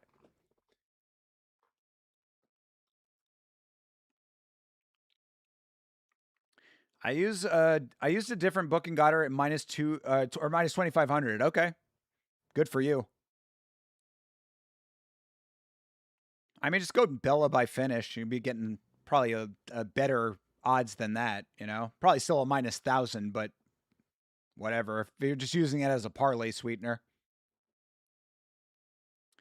Have to add to the credo that when I say I'm on lunch break, the fight will go to finish. Exactly. That's a separate credo. That transcends the Contender series. Sanjay is the beanbag fairy. I don't know if you necessarily want to be known as the fairy, but you know what I'm trying to say there. We'll call you Father Beanbag. How about that? Like Father Time, but your Father Beanbag. That legitimately could be like an actual myth from the olden days. When Father Beanbag sat down to eat lunch, the earth shifted and knockouts happened across the lands. The mythology writes itself.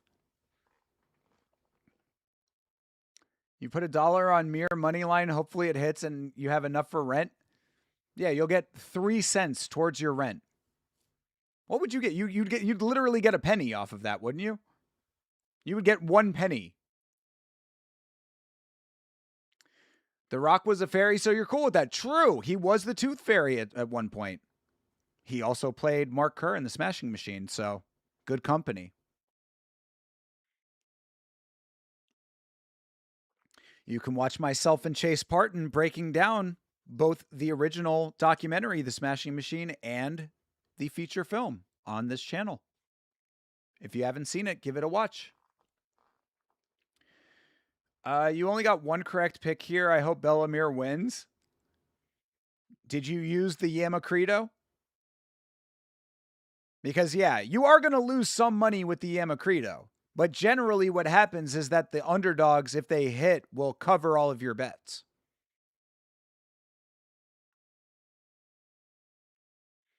She's a 4-time state champion. Good Lord. The credentials on Bellamere and everything she's done in UFC BJJ as well. Crazy.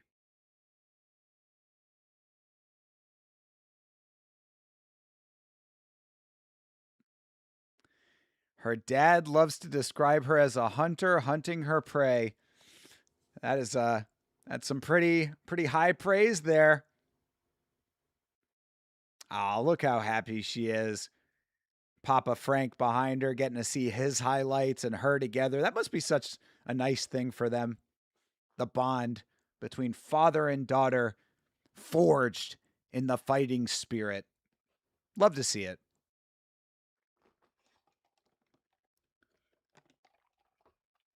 And then after this, we'll see the contracts, of course.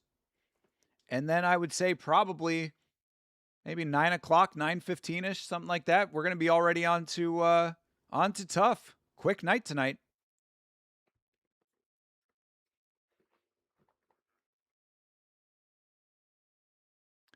We've got Alex Apodaca coming out of Bakalakadaka Street.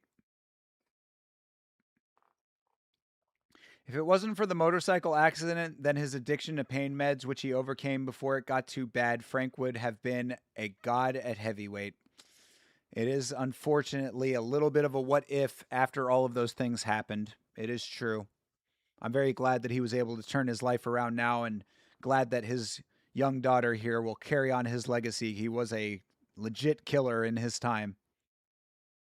One of the greats, for sure. Did you know apparently Dana is very close to Bella? He says he's been helping guide her for years. That doesn't surprise me.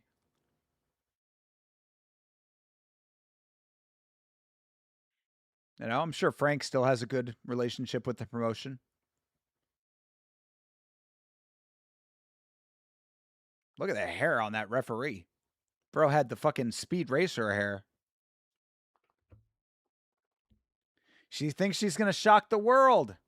Apodaca! Come on, Apodaca. Shock the world.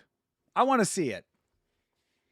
I love the long shot here. As much as I do want Bellamere to succeed, of course.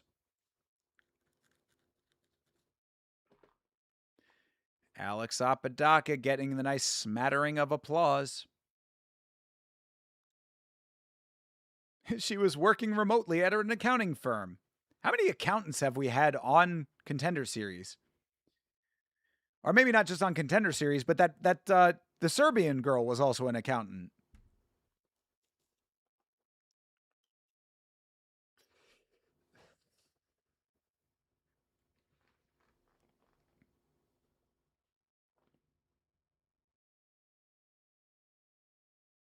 Apodaca just seems like the better fighter. Her dad was John Apodaca III. I mean, the legendary John Apodaca.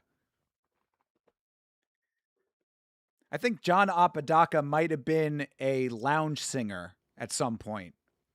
You know? Some of that MOR, that middle of the road yacht rock. I think I might have John Apodaca's best of. Do do do do. Do do do do. Do do do do do do do do do. That's one of John Apodaca's big hits. It's called Seaside with You. Look it up. It's a great one. See, I love the mirrors, but I am rooting for the underdog. I love underdog stories. Same, yeah. I mean, look, I just want a good fight out of it at the end of the day, and a big underdog upset would be pretty cool. Yeah, look, there's Alex Apodaca's family all cheering for her. I didn't know they put it on the screen at the Apex. Give me a 3-round scrap here. I'm with it. Exactly. We got 3 terrorists going westbound on Apodaca Street. Bakalakadaka Apodaca Street. Where is it? America! Fuck yeah! Texas inner lip tat? You're not a fan of the inner lip tattoo? I'm not either, personally. But she's with it. She's game. Bellamere has Mir tattooed on her side in red. What is on her back?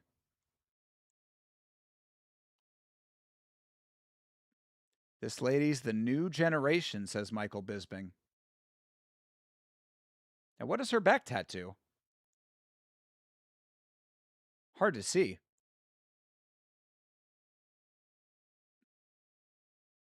She's got a little arm wrap tattoo. She got an arm band with some flowers on it.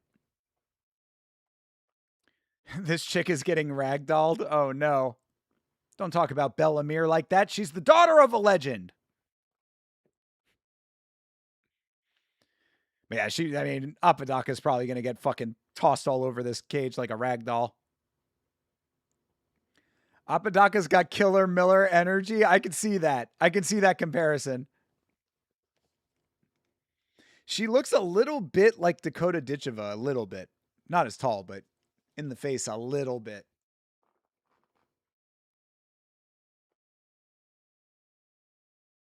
And Yanni the Greek is going for Bellamere, so the upset is possible. Bellamere by first round finish, he says. So at least a 3-round war coming in.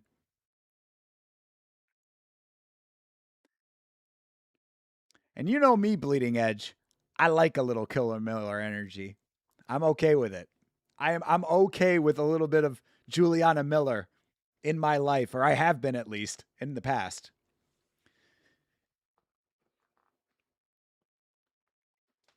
One of Miller's parents is Brazilian. Oh, yeah. Well, yeah. I thought you were talking about Apodaca, actually. But yes, yeah. One of Miller's parents is Brazilian. That is true. She's a lamp thrower. Something your boy knows a thing or two about. Mir by first round TKO. Well, let's see it. Fight is underway. All right. Apodaca moving forward. Ooh, good connection for Mir. Oh, and the knee. Yep. All right. Couple good connections already.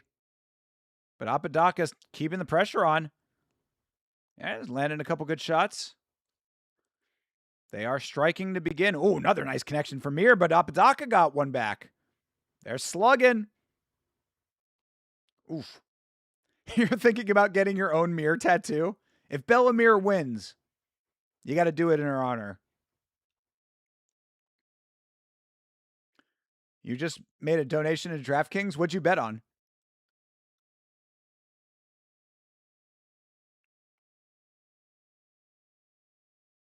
Bella getting chants from the crowd. Biggest betting favorite in Contender Series history.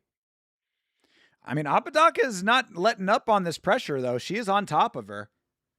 Bellamir way behind the black line. Apodaca's built like Sean Woodson. Yeah, if you squished Sean Woodson down and you gave him cornrows. All right. Bellamir gets the back. Bread and butter incoming.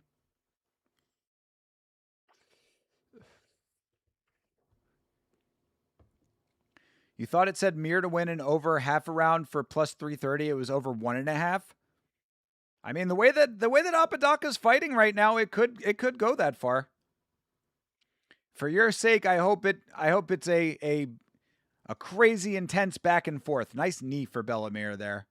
And Apodaca thwarts the takedown. Back out at range. And she is not letting up on this pressure. I appreciate this. She's not backed up at all in this fight so far. I think that's the first time right there. She stepped back once. She came here to shock the world because she is none other than the Shock Master. Oof, jeez. Big connection on. Another one for Mir. Oh, Mir tries for the toss. Doesn't get it, though. Apodaca with the kind of off-angle whizzer. Bellamir trying to drag her down, but Apodaca not going down easily. I mean, look, Apodaca is holding her own in this fight, people. And now Apodaca is on the outside of the clinch.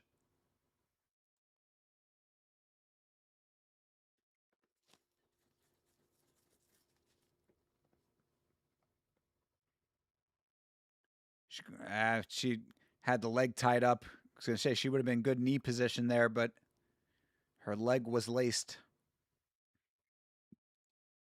Nice knee. Yeah, Bellamir bleeding out the nose now. Not great optics.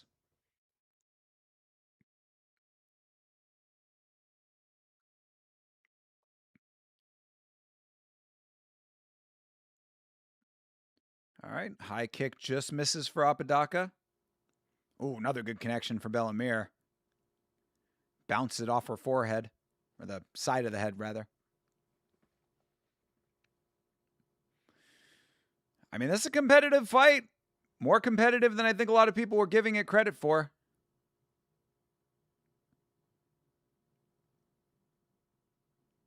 Nice kick to the body lands for Apodaca. Another nice kick lands. Apodaca with these kicks, keeping some good distance. Bellamir needs to catch one of those kicks. Oh, gets the knee there. Okay, caught the knee instead. Bellamir hanging on the single leg now. See if she can whip it down.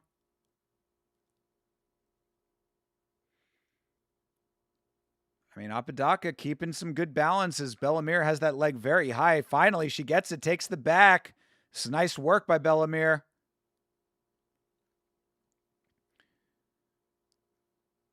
This is good.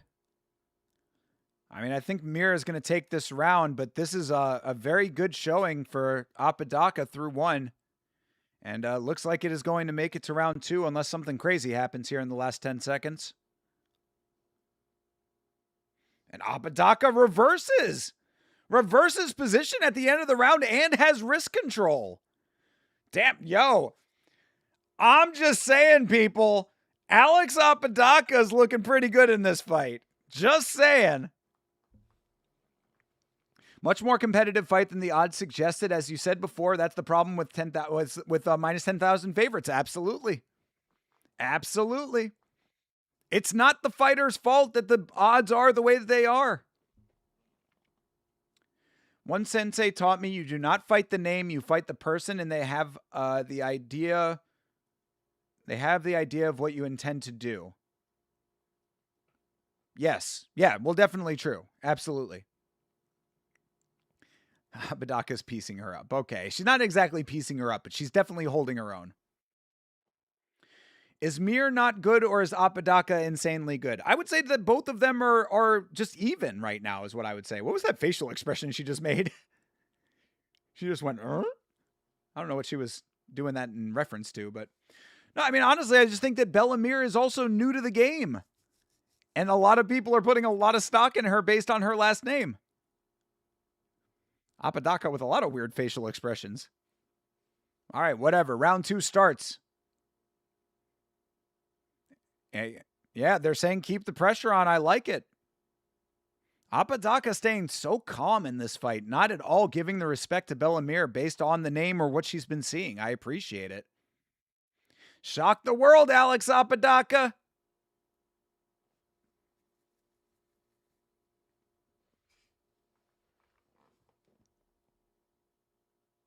Oh, there's the takedown, but beautiful sprawl by Apodaca. That was a fantastic stuff. That was beautiful. Because that was a full-on spear takedown, and she stuffed that thing like nobody's business. Really nice.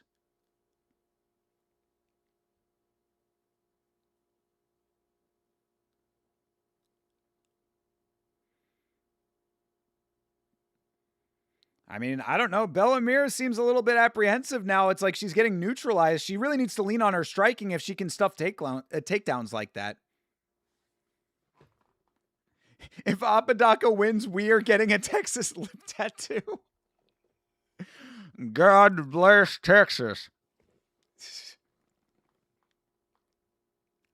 I'm going to get a tattoo on the inside of my lip that says, I got this tattoo because of Alex Apodaca's win.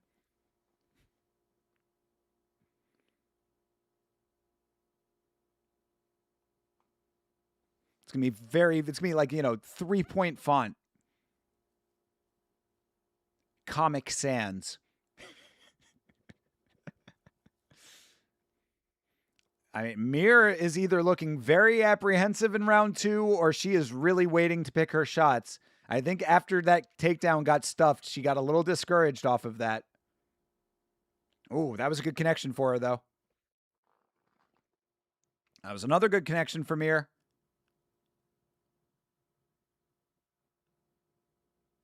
It won't be your first or last Texas tat. Let's go. I appreciate the pride of the Lone Star State, a.k.a. Bleeding Edge MMA.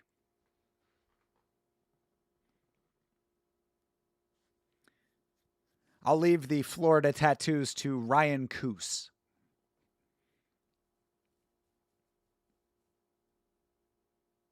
If I was a multiple tattoo getting man, a person who is going to get a lot of tattoos, I would consider getting a gator tattoo.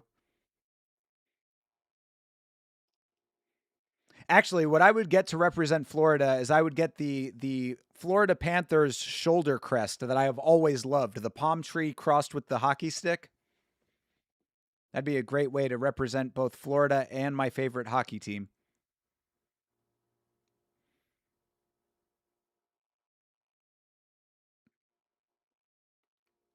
I think that this is going to be 1-1 going into the third, guys. I hate to tell you. Also, by the way, if Bellamir wins, then your bet cashed there, Wes.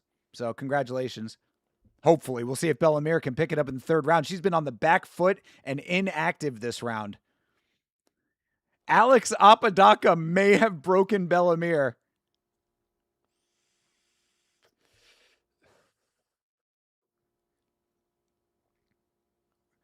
All right. Apodaca caught the kick and got in with a nice strike. She should have kept that going. She should have stayed in the pocket, landed a couple more strikes. Taking a note out of Nick Galante's book. Bellamir's nose is bleeding. Yeah, Mir didn't like that teep for sure. I mean, I don't think she's liked anything in this round. I really do think that getting that takedown stuffed was a real confidence breaker for her. I mean, you look at her face. I mean, she's just staring her dead in the eyes and just, kind of stationary. Yeah, another nice connection for Apodaca, and the blood is flowing on Bellamir's face right now. I don't know if Bellamir has been taken into this deep of waters before. This is it's definitely going to be 1-1 going into the third, no doubt. I mean, Alex Apodaca is touching her up. One good connection there for Mir, but you see the optics are not on Mir's side with this blood coming out of her face. She committed to the takedown hard, and it was easy for Apodaca to stuff it. Bingo. Hit the nail on the head with that one. She's flinching too. Oof. That was a solid round for Apodaca. We got a fight on our hands. Look at Bellamir's face. Think her nose is broken? Might be 1-1. Oh, her nose is going, dude. That's the sign. What happened right there is the sign that nose is compromised for real. When they wipe the face down and the nose just shoots the blood back out, that's how you know that there's a deeper problem going on there. Yeah, let's fucking go Apodaca. I'm loving it, man. Apodaca is feeling the Muay Thai gods. Bro, she is channeling Raja Damnern right now. The fucking ceiling graphics. The statue from the ceiling graphics are blessing Alex Apodaca right now. Tearing through the ceiling of the apex. The big elbow of destruction. We need to start wrestling. Dog Bellamir has been trying, right? Like they didn't just see her get that takedown stuff or recognize the fact that nose is still bleeding coming into round 3, which has started. This is so wild, dude. This is crazy. I love the Contender series, man. Oh, big jab. Yeah, look at the poly market odds. Getting closer. Even if Mir wins, Dana's not signing her. That's actually a really good point. Because this would not be a sign-worthy performance for any other fighter who had any other last name.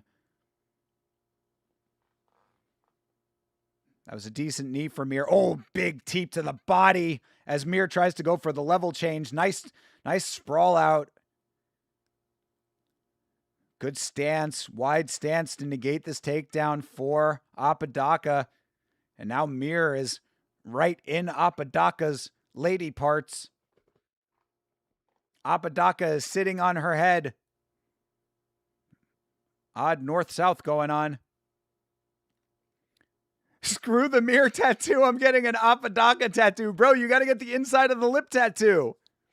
I got this tattoo because of Alex Apodaca's win on Dana White's Contender Series, August 25th, 2026. You might have to get that one in 1-point font. It would just be like lines. I mean, this is bad news bears for Bellamir. Big upset coming in, man. Shout out to Alex Apodaca. God, I hope she gets a contract off of this. Because I don't know. I don't know if Dana's going to give her a contract. You like losing money, you're a loser? I mean, bro, I don't think that I can really hit it for that reason, man. I understand why you did what you did. But since you asked, you're wrong! You like losing money! You're a loser! I don't know who said that. That's such a mean thing to say. It's probably the same guy that said this. Suck my balls and buy things from me.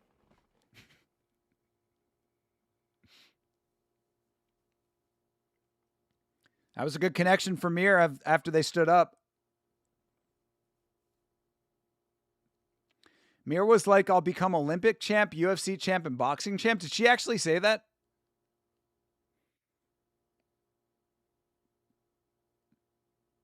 Yeah, yamashow.com for that guy's drop.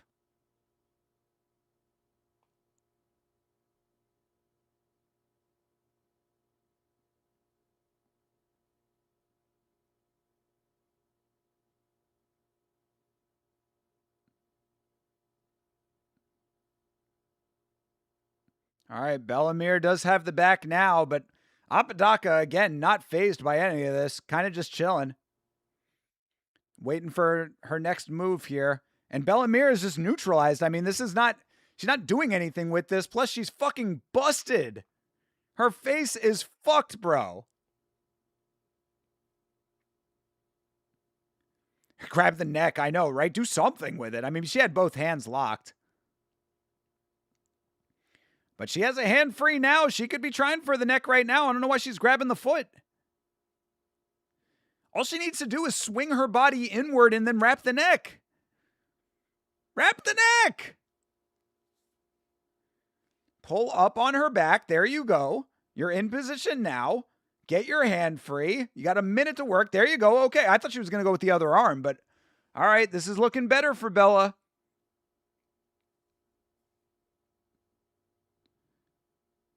I mean, Apodaca defending this pretty well, so this might end up giving Bellamere this round. She might end up winning this fight, but I'm higher on Alex Apodaca, bro. I want Apodaca to get the contract.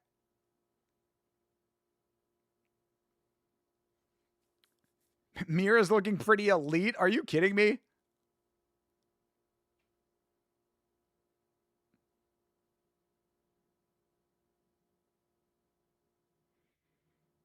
I mean, Apodaca might be putting herself in a twister if Mir can secure the body. She doesn't have the lock in. She could banana split her right now if she wanted to. No instinct to go for that. She had a leg dangling in front of her face and her other leg was tied up.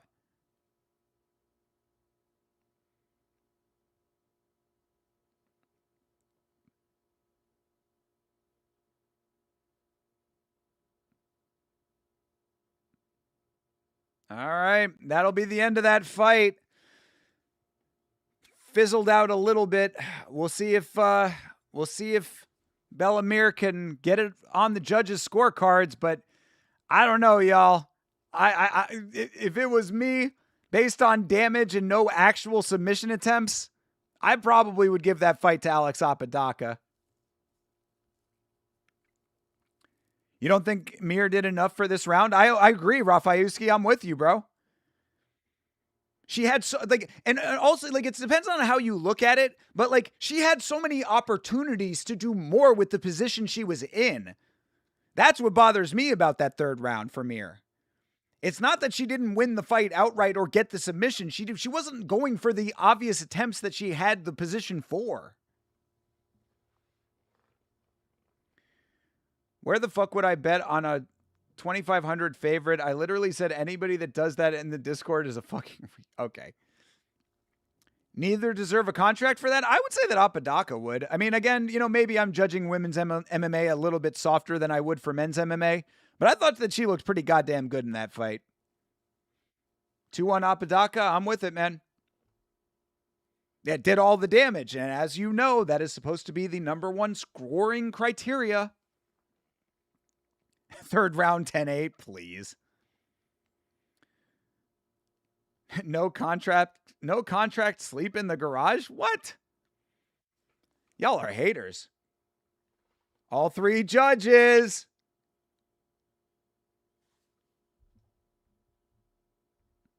Hey, Alex Apodaca!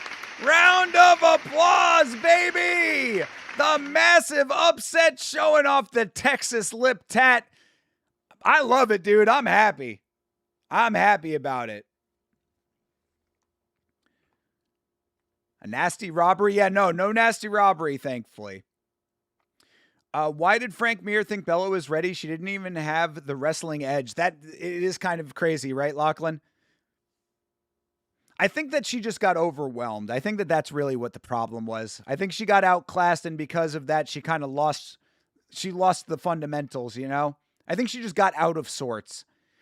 So, yeah, she might have not been ready. But, I mean, I guess you swing for the fences, aim for the stars. We are getting the lip tattoo. Let's fucking go, dude. Contract for both. That fight was freaking sick. Okay. But yes, Wes, I mean, that's more appropriate, right? I mean, look, I don't think that it is fair that people were putting as much stock into Bellemere as they were.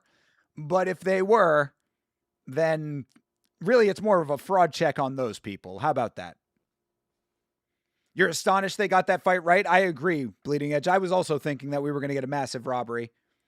Or at least a petty theft. I mean, Bellemere did work in round 3. It wasn't like she didn't do anything and then just got the robbery victory. But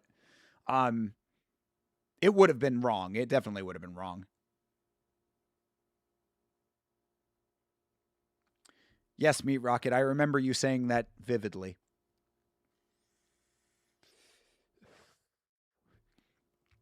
Pumpkin spice is back, girls. It's basic bitch season.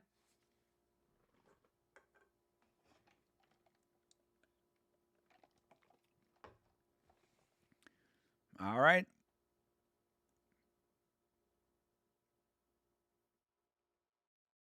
Alex Apodaca's friend is talking to Dana White. Your gut was saying upset? Nice. Yeah, like as I always say, I didn't do enough research about either of them, so I was just happy for a good fight, and it was a good fight. I like that fight. She is the actual Shockmaster. I need that drop on the board.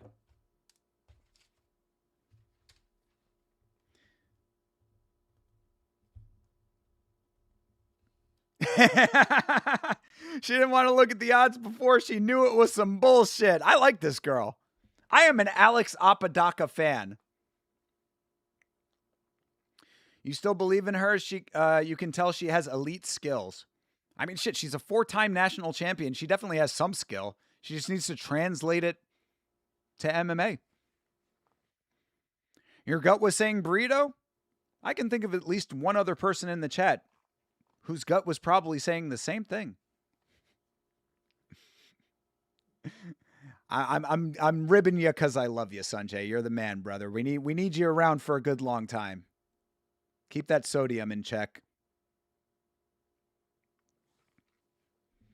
Ah, the Alex Apodaca family all out there cheering for her. She lives in Denver by herself, and her family is in Texas. Really just interested to see if they give her a contract. True, that is the $1 million question right now. If that was a men's fight, she doesn't get a contract. Yes, of course. I agree with you entirely. I would say, and, wrong, right, otherwise, I do think that women's MMA is probably judged a little differently as far as what they look for in female competitors. Big upset probably factors in. I'm going 5 contracts tonight. Yeah, and she also has a good personality too. Listen to her on the mic. She's fun. Much love cooking dinner at the moment. Chicken, rice, and veggies. All right, brother. I'm good with that. That's much more sensible. Hopefully that's a lean cutlet. I like Alex Apodaca, man. I hope she gets the contract. I'm going 5 contracts. We're going for the Queen Sweep tonight. We got a Queen Sweep plus last week. She was working at an accounting firm. She does have that weird midsection though, dude. She's got like that thing that you see on like some weightlifters where it's like that elongated but muscular midsection. You see what I'm talking about? It's like her stomach pokes out, but she's not overweight. A big old primordial pooch. Ah. Do you think Dana signs Apodaca, or is he pissed Mir lost? No, I mean, I think Dana's happy about it. I think Dana's okay with a big upset like that. The Sean Woodson. Yeah, there's some truth to that.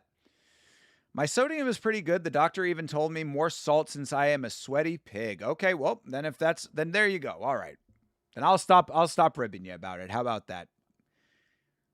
You know what? Penn Jillette is talking to me right now. What do you say, Penn? You need to shut the fuck up. Okay, I will. You're going 6. You're going for the Queen Sweep. The Queen Sweep plus.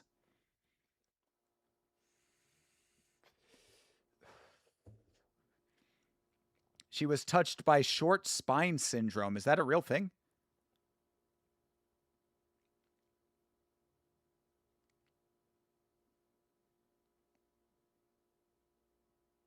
Bro, how do you make a shoe commercial go this hard? I don't know if you guys are getting the same commercial as I am, but damn, those shoes looked pretty good. And the commercial went ham bone. All right, well, it is contract time coming up. Ask Jimothy? Who is Jimothy? I don't like her midsection, very unattractive. All right, brother.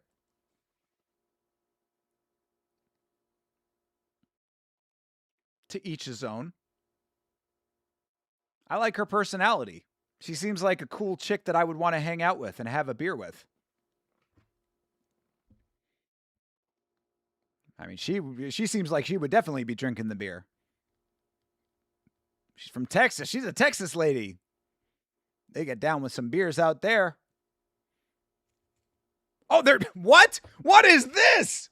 What is this? They're doing it in the cage now. This is something new. Look at this. Dana's still in the back, but the competitor's in the cage. Okay.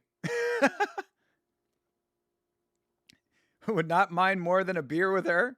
Fair enough. Understandable. Like I said, she got a great personality. You know, looks only get you so far with Thinker St. James. Nice. All right. Galante is contract number 1. 1 of 1 on contracts. Will we get the queen sweep? Ronald is an animal. Yes, he is. Ronald Humphrey, the weeb with the squeeze.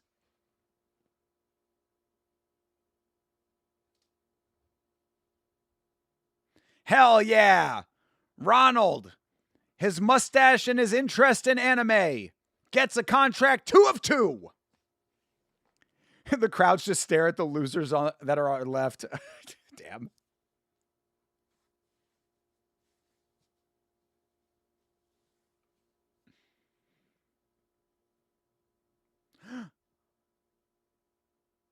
All right, another one, 3 for 3.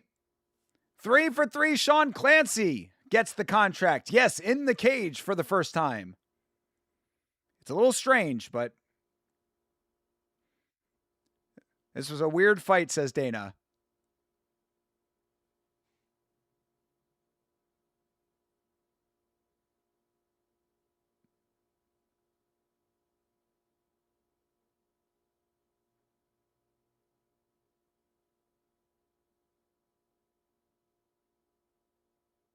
He only fought real guys.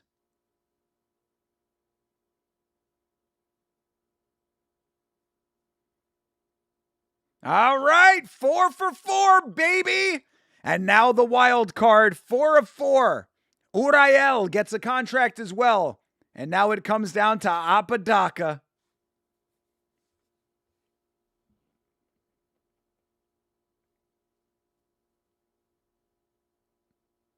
He's never had any bias, says Dana. Okay.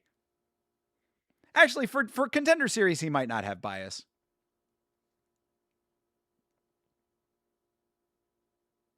But yeah, Dana talking about it, mapping out Bellamir's plan.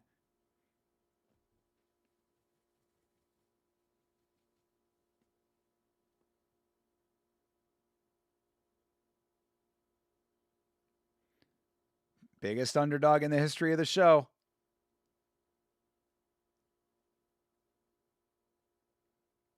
There you go. Deep water is the difference. Let's go. Yeah! Alex Apodaca gets the contract! Yay! All right, 5 for 5, baby! We got the queen sweep. Let's fucking go.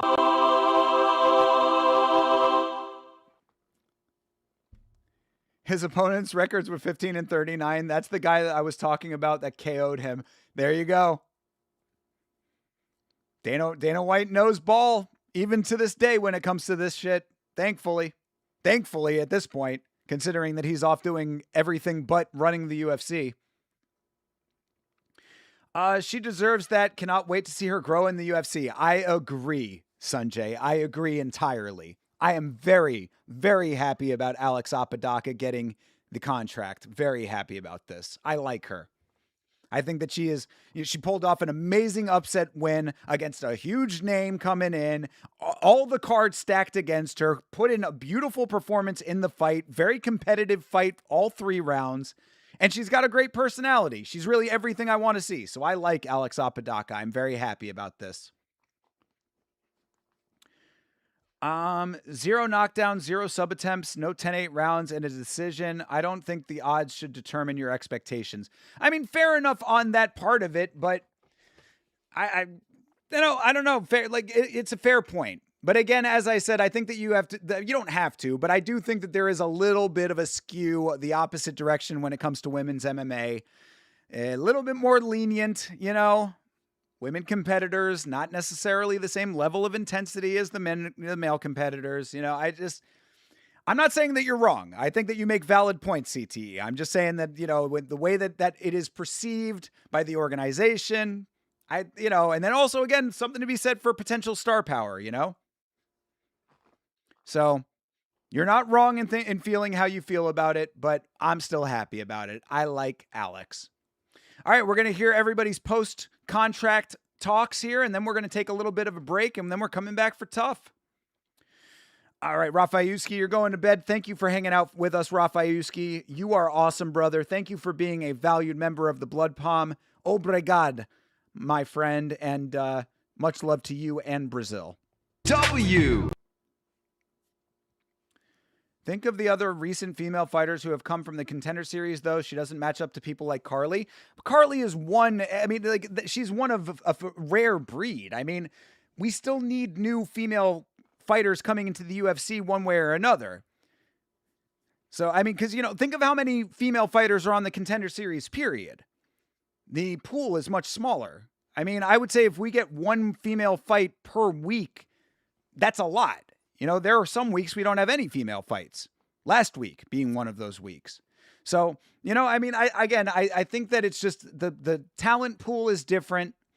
The criteria is a little different. I'm not saying that you're wrong for not thinking that was a contract-worthy performance, because usually I'm the one that's harder on the Contender Series competitors. But in this instance, I'm okay with it. But, you have the right to feel however you want to feel about it. Women who come from the Contender Series are a rare breed. That's my point. But again, you still need new fighters coming into the UFC. So, if she had that same performance in the UFC proper, it would be the same outcome. Because you literally could have had a fight like that in the UFC. Her versus Ravina Oliveira could have been that exact fight. You know what I'm saying? So she would have had a contract one way or another had that been in the UFC proper. I would think. That was a fun Contender Series. Yet another great week, in my opinion, man. I liked that fight with Bellamir. I thought it was a good fight. All right, Sean Clancy. Our dude, Ronald, had a very quick interview.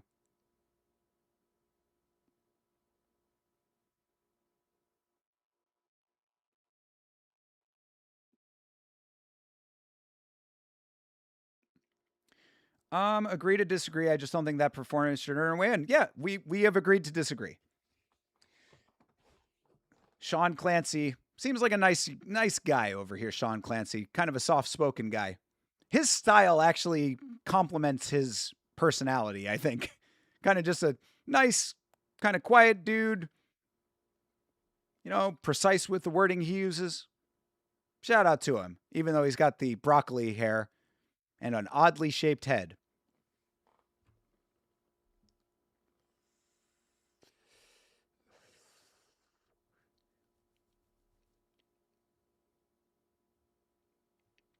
He's Scotland's best chance of a world champion, says Bisping. That's high praise.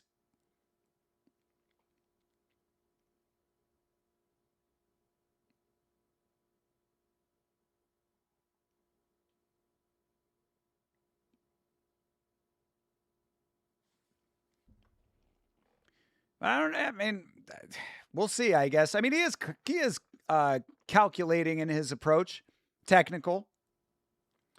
Good luck to Clancy. He's entering the toughest division in recent UFC history. Big facts there. Yeah, it's going to be a tough ride for him. Like Ronald too, right? Because they're both welterweights, right? All right, Guilherme Uriel.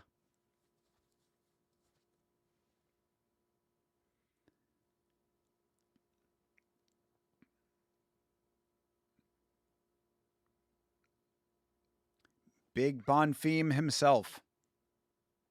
Or is the other guy looked more like a Bonfim? To even touch the rankings, you've got to get through Magny. Ain't that the craziest shit? You know, for all of the haters that Neil Magny has, those motherfuckers are going to be sad when Neil Magny is gone, man. I hope they're probably not. They're a bunch of fucking idiots, but you know, but the point is that like Neil Magny serves a very specific function in that division, and he's fucking great at it.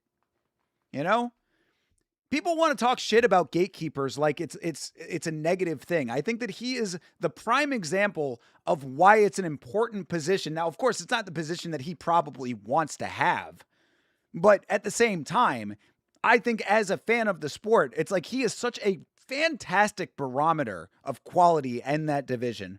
I wish that every division had a gatekeeper like Neil Magny, to be perfectly honest, you know? Magny is going to earn himself a Hall of Fame spot for wins one day. I hope so, brother. I really fucking hope so. I've been a fan of Neil Magny for years, many, many years, and still a fan to this day, and he's still fucking doing his goddamn job. Does it with a smile on his face. He's a nice guy on top of it. Had to go through that horse shit with that fuckhead Ian Gary. You know? Really, it's like literally could not happen to a nicer guy. You know, no irony at all there.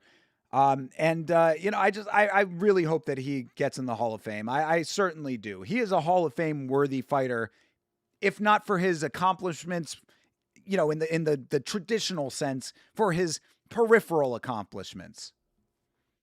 Because he is a legend to me. Magny is for sure his first year Hall of Fame. Oh, first year after he retires. True. Was that our last interview? Oh no, we still need to hear Alex Apodaca. Yeah, Bellamir will be back. I'm sure she just needs a little bit more training time. She'll be fine. Bellamir is going to be fine in MMA at sometime in the future. All right, it's Apodaca time.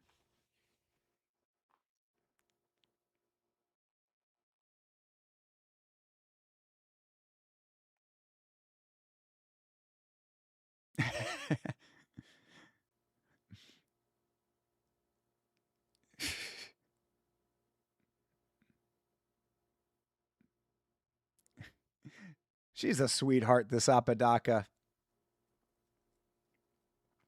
I hate to say Bisping is growing on me. Why? Embrace the Bisping. He'll still find ways to piss you off, though. Bella needed this loss. Exactly, Sanjay. This is the exact right loss for her to take. Sucks that it had to be on such a big stage, but, you know.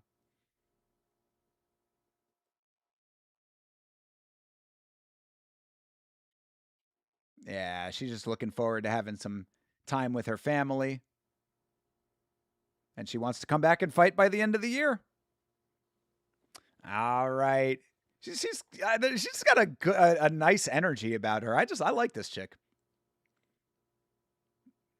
Oh, and a big hug for Sanko. All right. Well, there you have it. All of the interviews have concluded.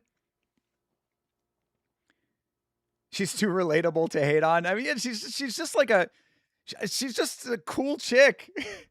She just reminds me of like somebody that you like.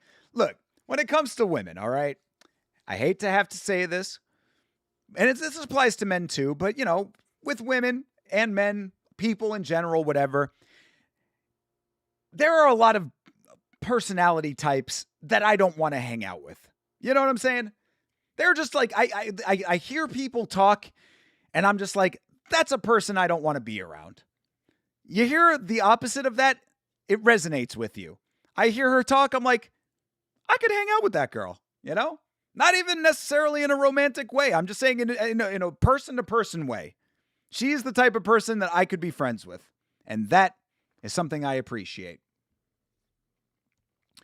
So the reason I found Yama is because Bisping used to do watch-alongs, but he got busy doing UFC stuff. There you go. See? So thank you, Mike.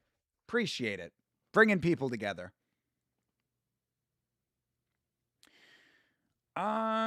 There you go. Someone you'd have a beer with. All right. Well, that being said, it is 9:25 right now. Let's say we're going to start TUF at 9:10, all right? We're going to start TUF at 9:10. So we're going to take a little bit of a break here. I'm going to refresh the batteries, get myself ready for the Ultimate Fighter finale of the pre-recorded stuff, of course. And we will come back from the break. We'll have a couple minutes after that to chill, chat, do whatever. And then we'll start TUF at 9:10 p.m. So if you need to take a break, now is a good time to do it. We'll regroup, 9:10, come back, and TUF will start. It's weird seeing normal social people functioning in MMA. Ain't that the truth? The sport is evolving. All right. So yes, it's going to be break time now. Like the stream if you haven't already. It's the homie thing to do. And I will be right back. And we will come back. We'll chill for a little bit. And then we will start the Ultimate Fighter. Don't go away.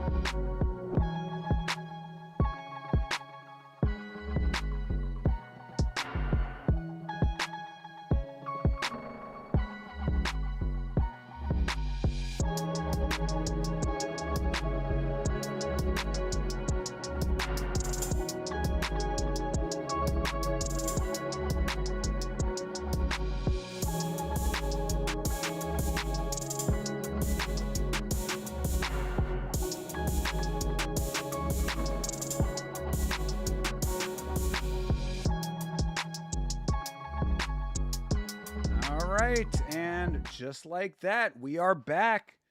Did all of the changeover on the break. So you've got the Ultimate Fighter graphic up there now. And we are locked in and ready. So we're going to take a couple minutes to hang out, just chat for a little bit. And then at 9, or what did I say? 9:40. Did I say 9:10 before? I meant 9:40. I don't know if I screwed that up. Apologies if I screwed up the time. But if I didn't say 9:40, that's what I meant. So yeah, we're going to start in about 11 minutes. And an accountant too. Imagine the contract negotiation with her. No, I really want this number if you get where I'm coming from. Yeah. Well, I mean, the thing is that the UFC don't care about your accounting background. You're getting what you get. But that is funny, though. She certainly is not going to be misplacing any of her funds. That is definitely a good thing. All right. And I am getting myself to the Ultimate Fighter page here.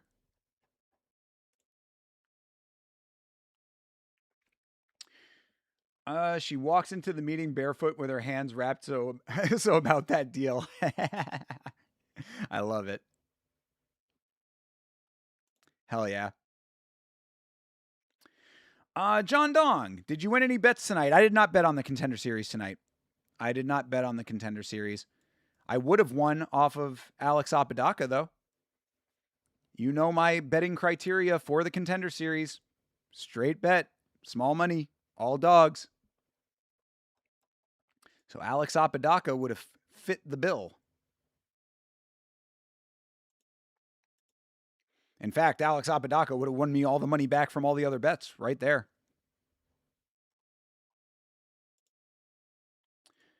All right, getting myself over to the Ultimate Fighter. A memorable finish is the name of this episode. Hopefully it is a memorable finish. We're going to find out in 10 minutes. Did you win any money tonight, John Dong? Where were you watching if not in the chat with us, John Dong? You could have been chatting away with us. We had a nice active chat for The Ultimate Fighter, as we generally do, because it is the most exciting show on television.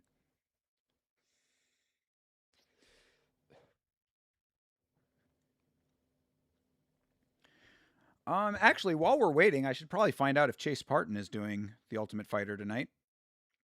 Find that out.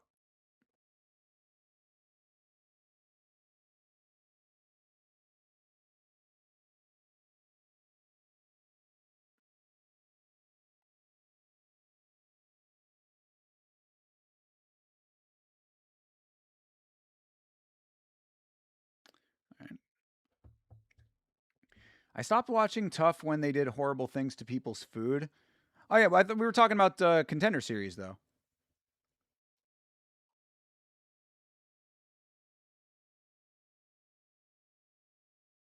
Oh, did I say TUF? I'm sorry. I keep misspeaking on that. I always do that. I apologize, guys.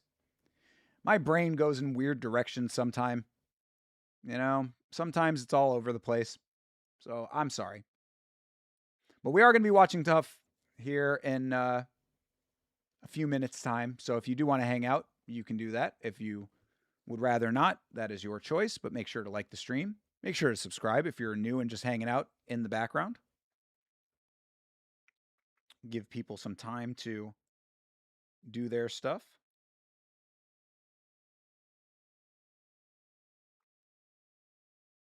Hey, got a new follower on TikTok. Shout out to all the people on TikTok, by the way, who have been supporting the channel.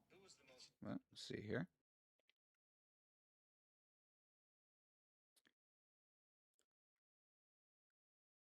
Yeah, appreciate it. No, go to... Yeah, there we go. That's what I was looking for. Good deal.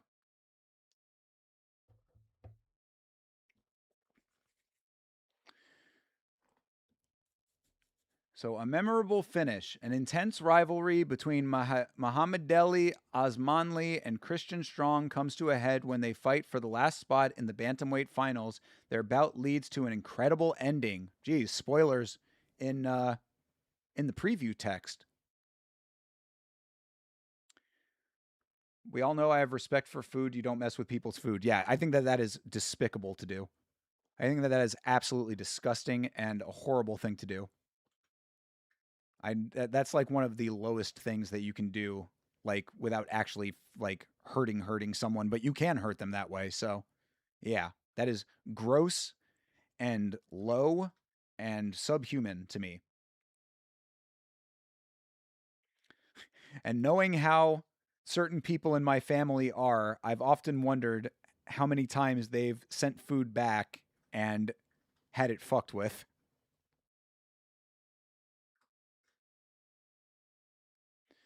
But generally, the people I'm thinking of don't send food back arbitrarily. But there was that one night that they sent my food back. I wasn't even going to complain. I had food sent back on my behalf.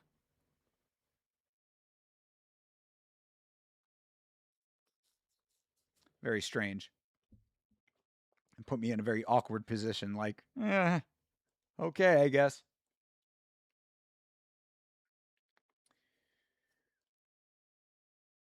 So yeah, Muhammad Ali, the jerk off.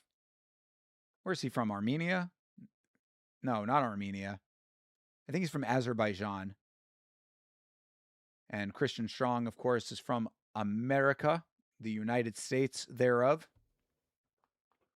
We're going to get this thing started in about 5 minutes.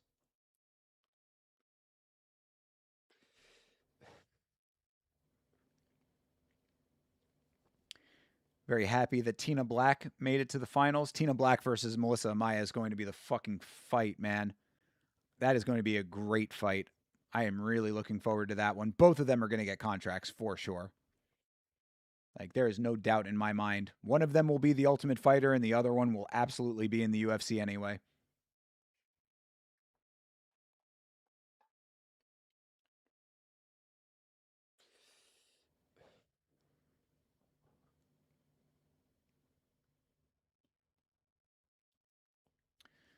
Then, of course, we've got Illenbeck fighting the winner of this fight.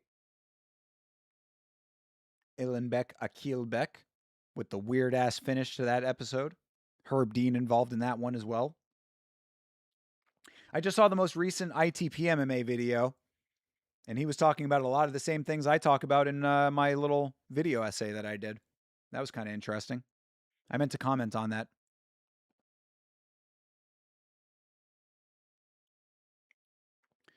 And after this stream is over, I think I'm still going to try to get that Roman Delice clip out tonight. So if you are around, make sure to like that.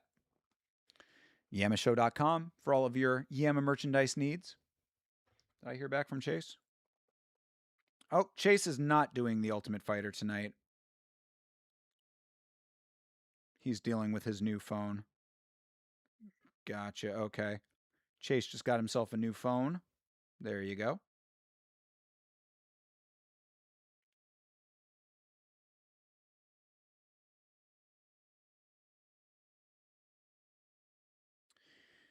All right, we got about 3 minutes here.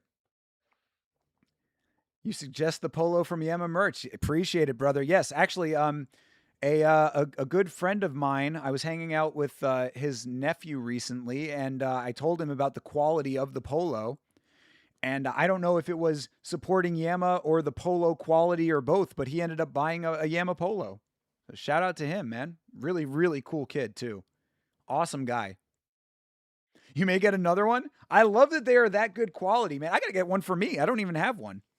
The one that I had was a gift, you know. I bought one to check the quality and gave it as a gift. So I need to get one for myself. Field tested. I love it, dude. I'm so glad. I'm glad you're getting good use out of it, bro. Yeah, that really makes me happy. And yeah, I mean, you know, the quality level of like every one of the items. The only quality that's slightly questionable is I think the rash guard. But I don't think it's so bad that like it would be. I don't know. I just feel like it like after washing it, it bled a little bit. So that would be the only one that I'm like maybe don't get. In fact, I can show it to you real quick before we get started here. Hang on for a second.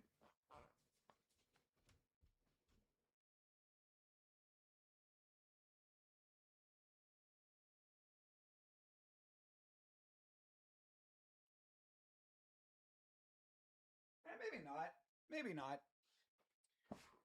I was just thinking that like I thought it bled a little bit, but actually come to like looking at it now, it really didn't. Now, I mean, this does have a couple little like weird little burrs on it, but that's because Yamacat got to it. Yamacat was walking on it. But actually, I mean, looking at it again, I mean, it looks like the quality of the lines does hold up. You know? Yeah, so maybe I was wrong. Maybe I was wrong about it. JH, did you miss Contender Series? Yes, unfortunately you did, my friend. The VOD will be there for you, and of course you can go back and watch the replay of it. It'll be on ESPN. ESPN Plus. Wow, what a weird slip that was. On Paramount Plus for you. But yeah, come to think of it, rash guard holding up. I think maybe it's when you stretch it a little bit that it gets a little bit weird, but I mean the print itself looks pretty good. So I was incorrect. Quality of every Yama merchandise piece looking good, holding up. one of these days I will be able to actually wear this without embarrassing myself. All right, it is 9:40. Let's get this show on the road here. We are going to get started with The Ultimate Fighter, final episode of the pre-recorded season. So I am going to hit the episode, and then it's going to load, and once it loads, that's when I will hit the timer to start things. So, we are starting The Ultimate Fighter, episode 12, in 3, in 2, in 1, tough. And I will hit the timer when it starts. Does that rash guard have the bottom grip thing? I'll show it to you in a I'm not 100% sure, but I'll show it to you in a second after I start this timer. There we go. Boom, right there. Start of tough. We are live. Tough is on. Bottom grip thing. It's got the hem at the bottom. Hard to show on screen, but that's the bottom of it. It's got the stitching, and it's stretchy at the bottom. But I don't think it has like a specific extra piece, if that's what you're talking about. Yeah, that's what the bottom looks like.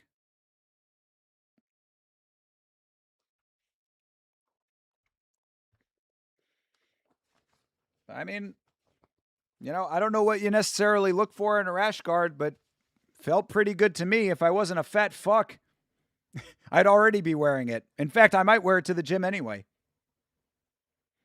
Might be able to run better in it. There's like a rubber thing that grips or keeps it from coming up on you when you roll. Yeah, no, I don't think it does have that. I don't think it does. Yeah, it's just a regular hem at the bottom, but the stitching is very nice on it.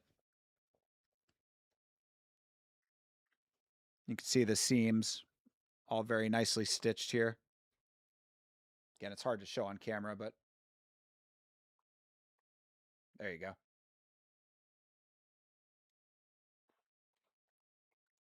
No shame what you wear to the gym. Bro, like I said, I have no shame in the gym ever. I know what I'm there to do. I don't care what other people think. Bro, I'm fucking old. I'm an old man. I'm not there looking to be a sex god. Eventually, I will be anyway, but still. Still sweet as fuck. Yamashow.com if you want one, JH. This could be yours. I think that they run from small to, I believe, double XL for the rash guards, I think. But Yamashow.com for all of your Yama merch needs. Hey, Sam, welcome back, brother. But yeah, the just so you're aware, you've got the classic Yamrana on the front, and then yelling about mixed martial arts on the back.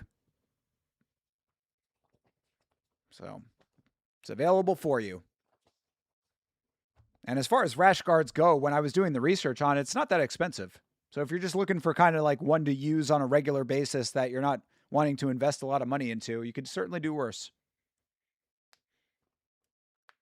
Uh-oh. Who's gone? Bisping's gone? T-shirt looks good. I might get one. I mean, everybody's been raving about the quality level, so you're certainly going to be doing good on that. I appreciate that you like the designs, and shipping to Canada is no problem. We ship internationally. In fact, I think it actually might even be fulfilled in Canada, so you're not paying like crazy shipping prices, I believe, but I'm not 100% sure on that one. Yeah, check it out. Yamashow.com. Get yourself some nice stuff.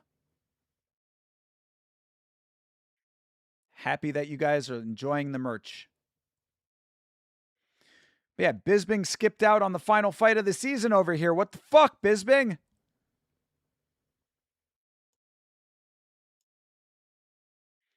Oh, and of course, Muhammad Ali getting too rough in training. What a surprise.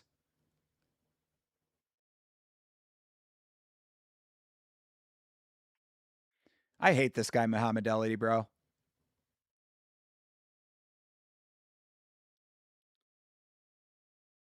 I mean, Illenbeck also going a little hard himself, it seems.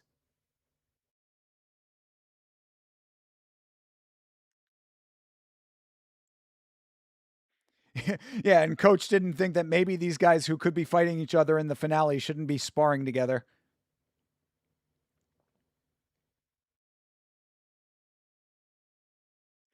Done cooking, still working chores. All right, brother. Get that house clean or whatever other chores you're working on. Yeah, actually, Illenbeck is kind of the wrong one in this situation.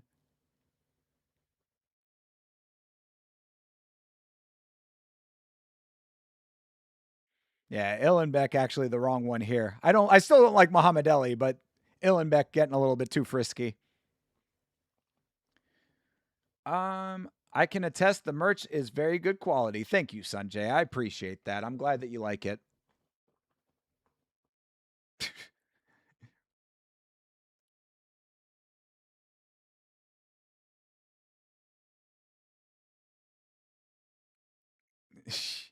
Going a little too hard over here.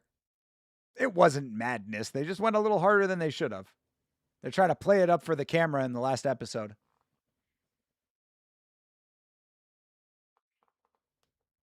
Yeah, no more minutes. Yeah, they're letting them go again after that? What the fuck?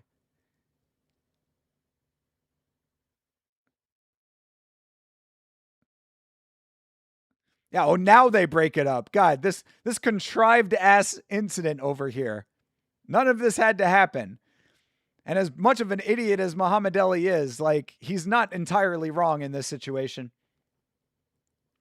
Bro trying to pull rubber guard and boxing gloves. True. It's a good point. So he was throwing up a buggy choke. I'm like, yeah, I don't know if that's going to really work, is it? But yeah, that was a definite contrivance in the way that that was all working out, but whatever. I'm picky with what I wear. I only wear 94 throwback 501s. That's very specific. Old Navy has some nice clothing, but the Yama Polo is worth every penny. Probably my most expensive shirt. Wow. Well, I feel very honored then, sir. But yeah, Old Navy is definitely good quality, depending on your style, of course.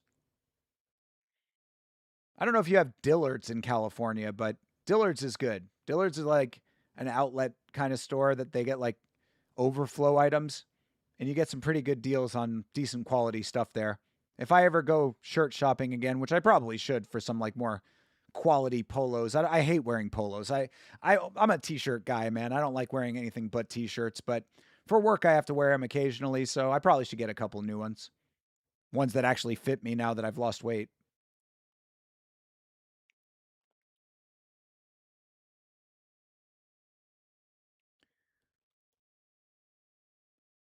They're saying that the coach was egging on the beef between Muhammad Ali and Illenbeck. I am barefoot Crocs athletic shirt and shorts. Okay. Watched a review on those practice gloves they are using, and the guy said they were horrible quality for $80. Damn. That sucks.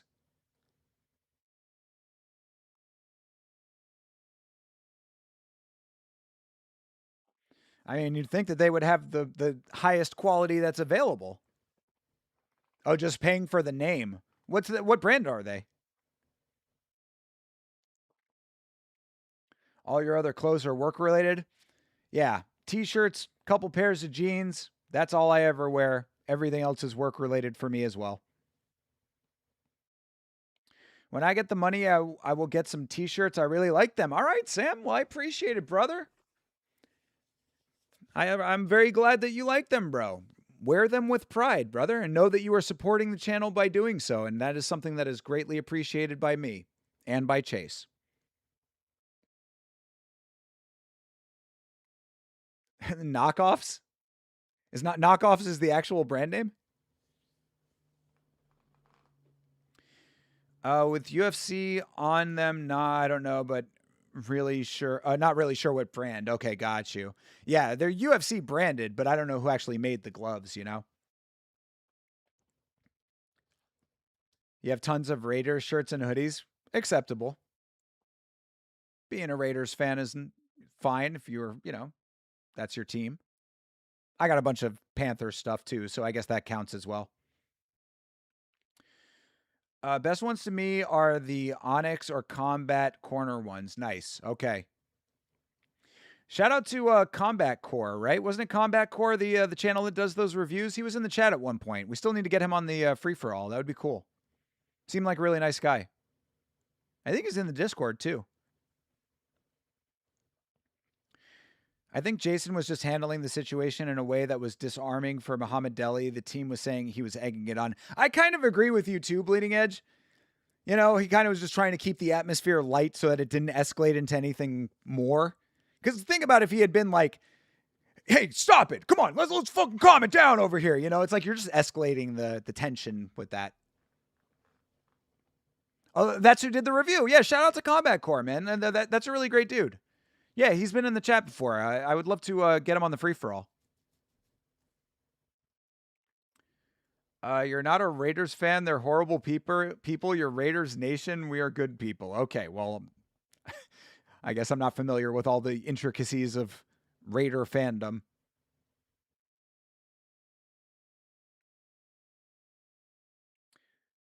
Your sister gets you Raiders every year for your birthday. You're asking for pajamas this year. Okay. I had Jets pajamas for a while.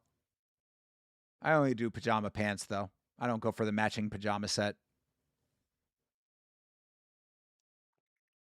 He knows a lot for sure. Definitely a great guest to have on. Absolutely. Would love to. Yeah, seems like a really cool guy. I respect what he does on the channel, too. He's doing a public service for fighters.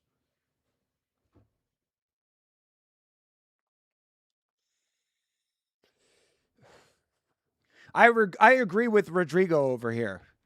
Rodrigo saying that this fight needs to be ugly. I'm like, yes, that is what Christian Strong needs, is to make this fight fucking dirty. Because he is just a technical wrestler through and through. And he might get caught that way.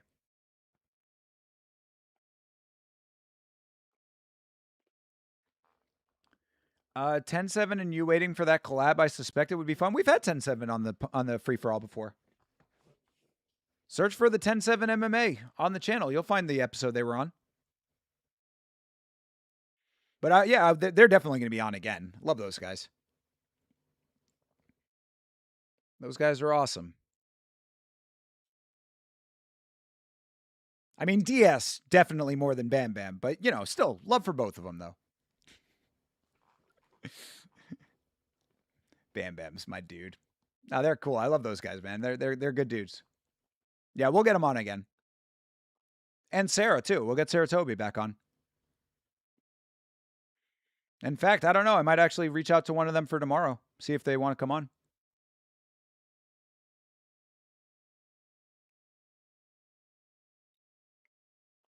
Where can I find TUF Done Cooking? It's on Paramount Plus. Link is in the description of the live stream. Go to the description. It's the second link.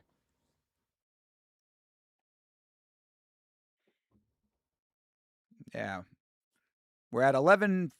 We're going to be at 12 minutes right there on my timer, or actually on the, on the timer on the episode, but we're actually at 12:41 if you count the lead intro stuff. So the show timer is at 12, 13, 14, 12, 15 right there. Oh, Bisping is back finally. Okay, coach has finally come back.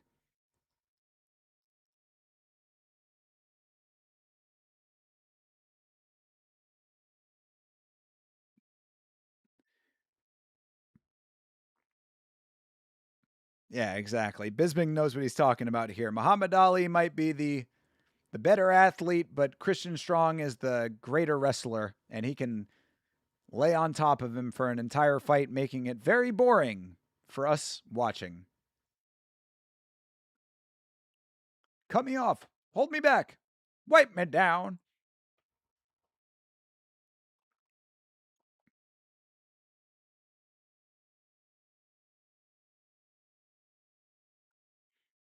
Yeah, Bisping drilling how to get up from getting taken down and being underneath Christian. Smart coaching. Yes, I am commercial free as well, JH. I should have mentioned that. I apologize for that. Yeah. That does make it a lot harder to watch with me, I know. TUF is antiquated, it is. We watch out of tradition. Yeah, no, we are all well aware of how tough no longer matters, but I'm still a fan. I like reality TV and trashy bullshit, and I like fighting. So I watch, even if it is a watered down shell of its former self. Yeah, I know, JH. I apologize for that, man. I know it makes it a little bit harder to keep up with the watch along. He's in the future. Yep. Yeah, I went ad free. Dumb decision considering that there are still ads for the actual fights, but whatever. I really need to remember to cancel the ad free version when it's time to renew my subscription. Hey, look who's here! Marab is here, people. The Machine, aka the Poos Slayer, from what I have heard. I must confess, I like reality TV. I've been watching Big Brother every season. I also like The Amazing Race. I don't think that. Look, man, it's entertaining and it sells for a reason. I used to watch all of those ridiculously shitty VH1 reality shows back in the day. I like trash television. It's a window into the dregs of society. And it's also well crafted storytelling with the guiding that the production team does. That's one of the things I like about watching reality TV for me personally is watching the spin that the production team puts on these shows. You can even see it here on The Ultimate Fighter at times. It's something I can mindlessly listen to while I do chores. There you go. Yeah. Same way I listen to certain YouTube channels while I'm working or gaming or whatever. You put it on in the background and it's a good time.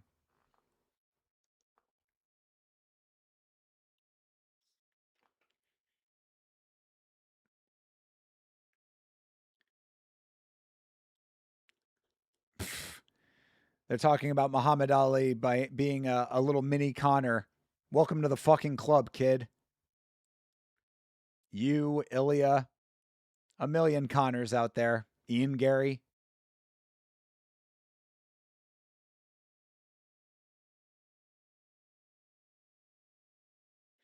Yeah, shout out to Marab coming in, training with these fighters a little bit, showing off the GOAT skills. Mr. GOAT himself. See if he can get back in there and get that belt back. Piotr Jan dethroning the GOAT, kill the king, as T.I. would say. Hey, Xavier getting the takedown on Marab.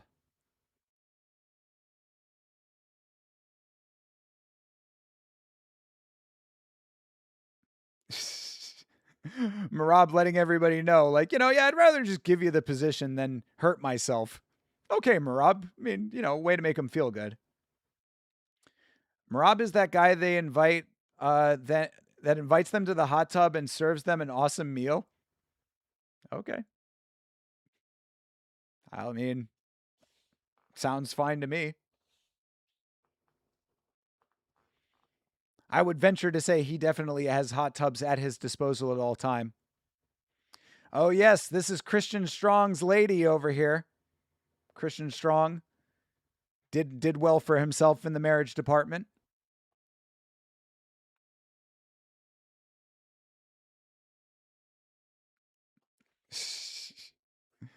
He noticed her hair, of course. Good man, good husband. Picking up on the changes to the hairstyle.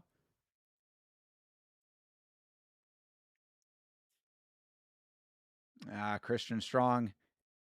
He's a sucker for love, but it's a good thing. It's a great thing. Good for him.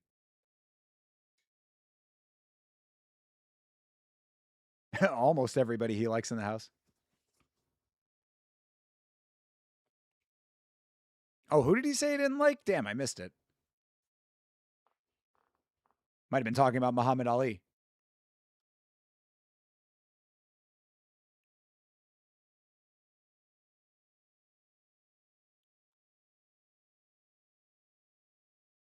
There you go. He's crying over the thought of starting a family.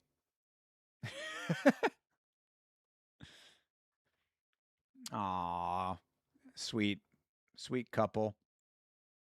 Good for the two of them. He's flexing on his wife. Ah, very, very wholesome. All right. Call home number 1 successful.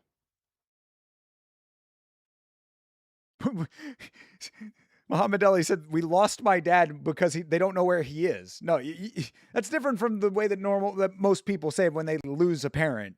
Usually when you say you lose a parent, that's because they passed away. No, he lost his dad as in his dad fucking ran away from the family.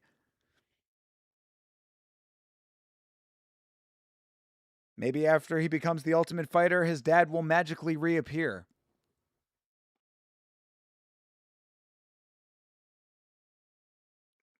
It's only been 8 months. His dad has been missing for 8 months. That's kind of scary.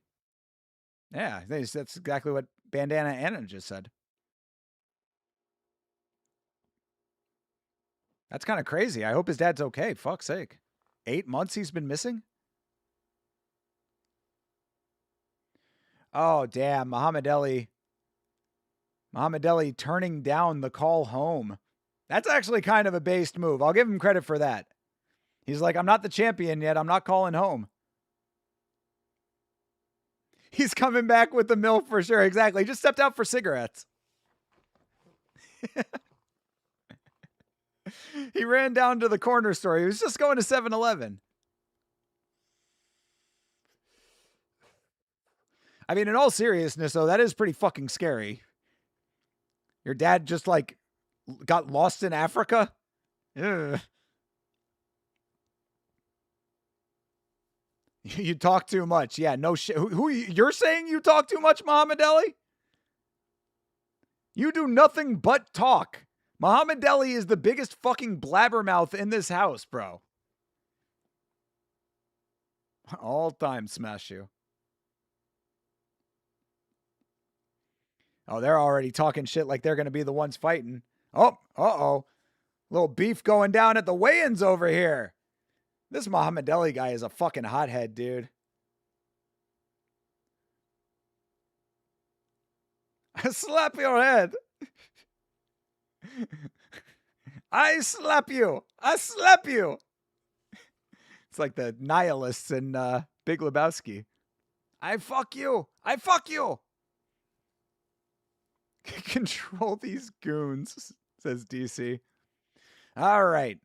Quit your fucking bullshit over here. Let Christian Strong weigh in, you fucking dumbasses. Hey, Melissa Amaya, one of the best prospects in the game right now. Christian Strong. He's on the scale, looking shredded as fuck.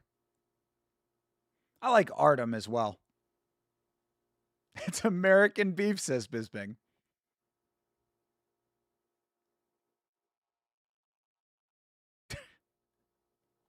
What is DC talking about?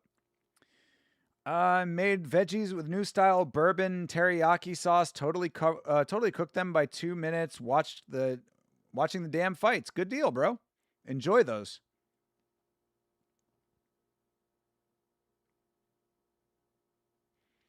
Sounds good to me, man. All right, both of these guys make weight. Thinks Christian is going to smash this guy. I also think that Christian is going to smash this guy.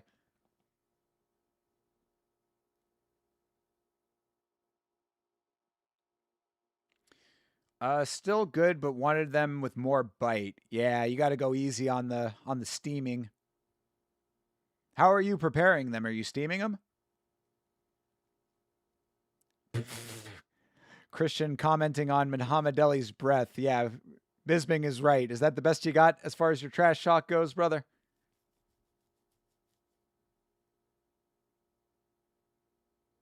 Oh, you're doing them in the walk? All right, well, walk softly. Carry a big stick. Walk softly and carry a big stir stick. All right, well, where are we right now? Halfway through? We might actually get a finish in this fight, perhaps. That little Betty coach is there back again. That random chick who was not a contestant on the season. She might be the alternate. Teddy Roo's elephant. Yes, there you go.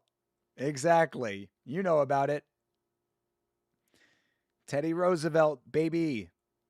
Teddy Roosevelt, noted enjoyer of Asian cuisine. End of the day, family loved it, so that's all that matters. Sure.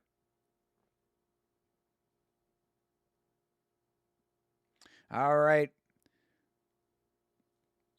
I've found out that's Jason Perillo's wife. Okay, Bleeding Edge. Bleeding Edge doing the deep, tough research over here. Appreciate it. And boxing? Yeah, I think Teddy Roosevelt was a boxing fan, wasn't he? He loved killing elephants. Ah, well. Can't all be perfect, can they? I don't like big game hunting very much. Sport hunting. If you're gonna hunt for the the utilization of the animal, and respect the animals that you hunt. Show respect to Mother Earth. A hunter and a historian, a gentleman and a scholar.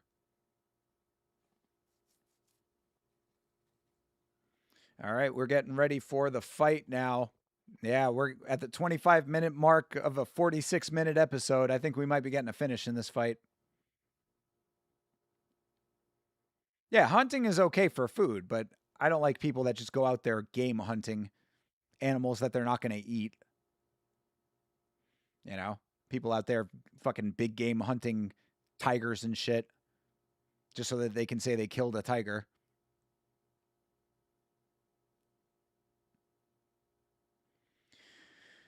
Christian Strong is talking about the ass whipping that he's going to give Muhammad Ali being something special when we all know he's just going to lay on top of him for 3 rounds.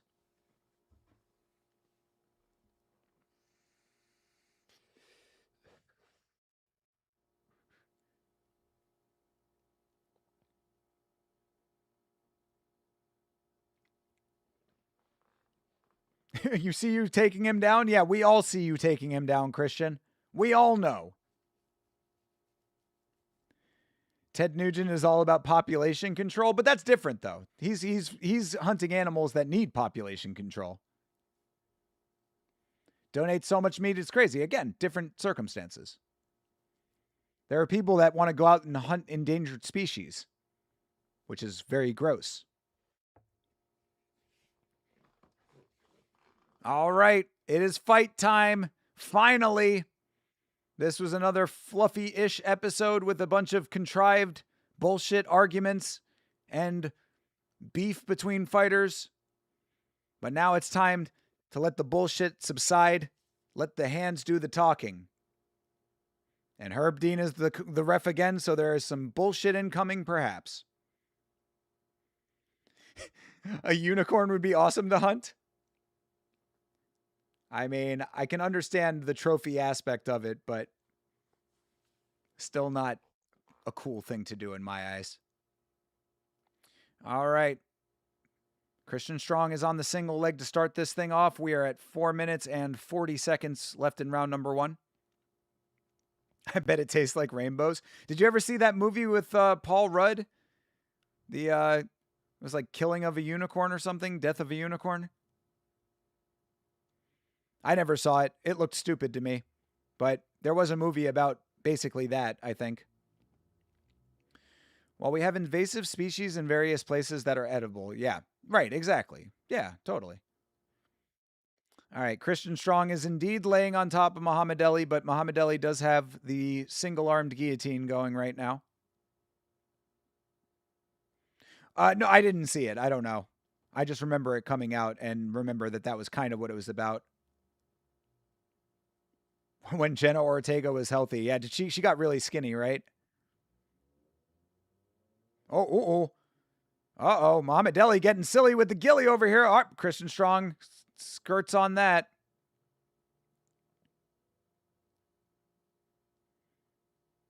Killing a unicorn brings tragedy to the village, according to the Merlin, the documentary. Okay.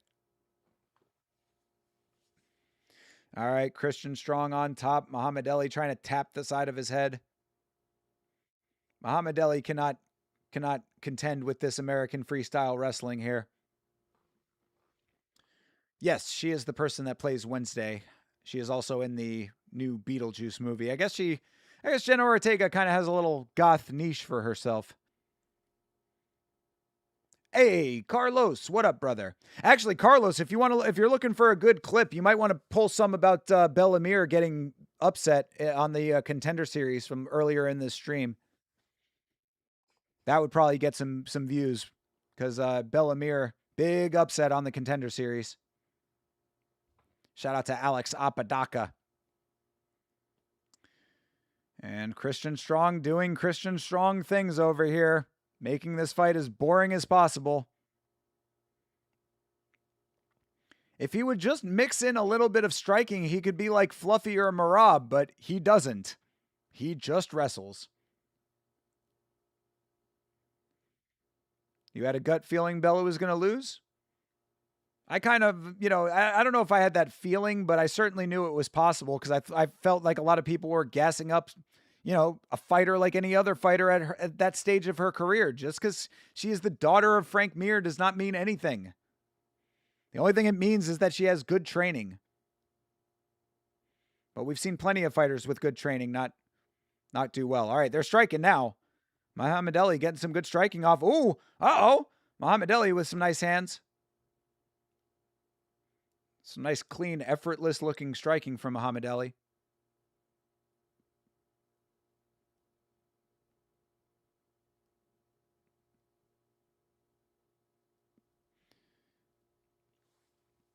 Christian clinches him up again. I think Christian loses this round if he doesn't get anything big off here. Dean Thomas was right. Do I know the MMA guru? Yeah, I've heard of him. Yeah, I've done a video about the MMA guru in the past. So yes, I am familiar with the MMA guru.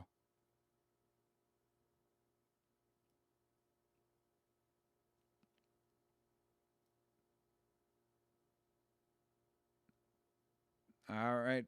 Yeah, see, Dana White knowing that the striking was way more exciting than this clinching and wrestling that is not going anywhere for Christian.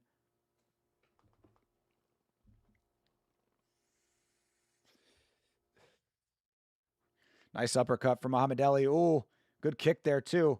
Muhammad Ali doing some nice work with his hands and his feet. Low-key don't like him. I mean, the stuff that he does is not my style of content for sure. I respect his work ethic, though. He's a hard worker. And he's accomplished a lot for himself as an MMA content creator, so I definitely have respect for what he's accomplished, but I am also not a fan of the shock jock inflammatory way that he talks about fighters and all that kind of stuff. Have you ever heard of Conor McGregor? I know, yes. Yeah, exactly. The name rings a bell. It was fun watching MMA Guru get slopped up in a spar after him claiming he was trained and trains. Yeah, Armin took him down, yeah. Yeah, again, I mean, I don't even really put too much stock into that. He's not a fighter. He might train. Doesn't mean he's going to do well against a trained fighter. I don't begrudge that either. Good for him that he trains. Really, I just judge him off of his content. That's the only thing that really matters to me. And I'm not, it's just not my style of stuff. That's all I think about the guru. But no, all respect to him. Nothing you saw showed that he trains? Bro, he was going up against Arman Sarukian. Of course it's not going to look like he's not going to look good. Oof. Front kick attempt just misses for Muhammad Ali. MMA Guru should lose a little weight, then come back and do more BJJ. I mean, if he wants to. Again, he's not going to be a fighter. It's not like he's ever going to be fighting professionally, so whatever,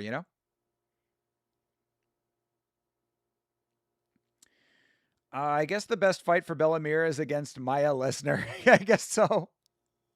I guess we did learn something today, didn't we, Johnny? Oof, Muhammad Ali touching him up with these strikes, bro.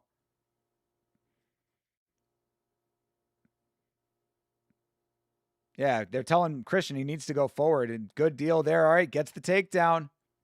But this is not going to win Christian Strong this fight.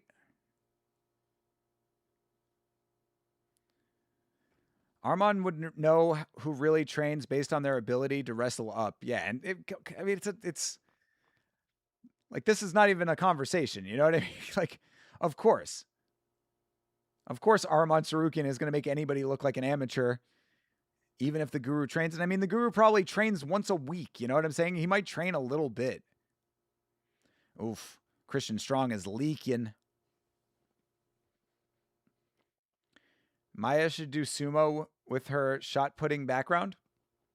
I could fuck with that. I don't think any lady would really want to do sumo, though. Is there ladies sumo? I guess there is, right? I don't think I've ever seen women sumo wrestling before.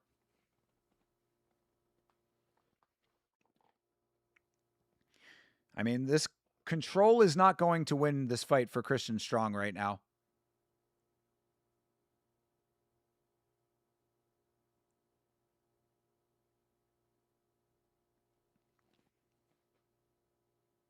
He's got an interesting kind of squeeze going on here.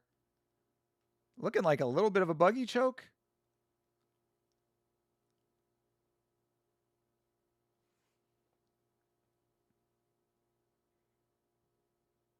They're saying he's burning his legs out, but it looks like, I mean, this... Yeah, they're telling him to abandon this bullshit. Yeah, I guess he does have a buggy choke going on. Oh, he readjusted it.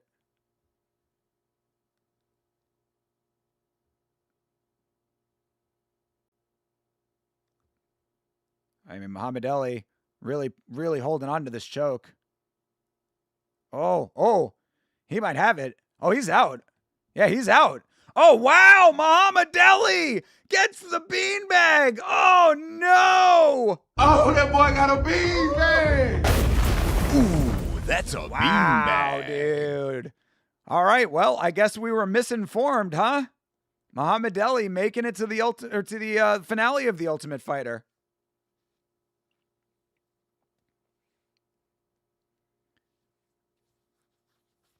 That was crazy, man.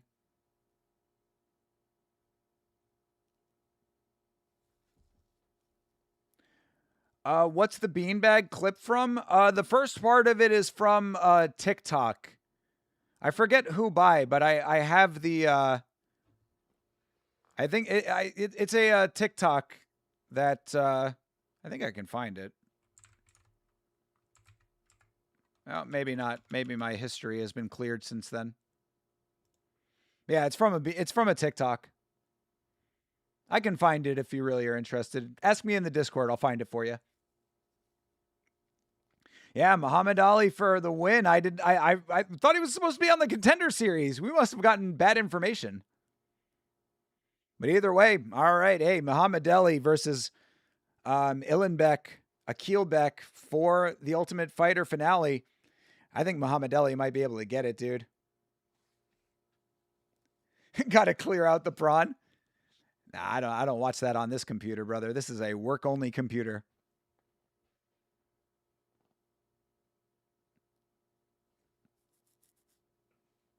Yeah, this computer is working gaming only. Not a big consumer, to be honest.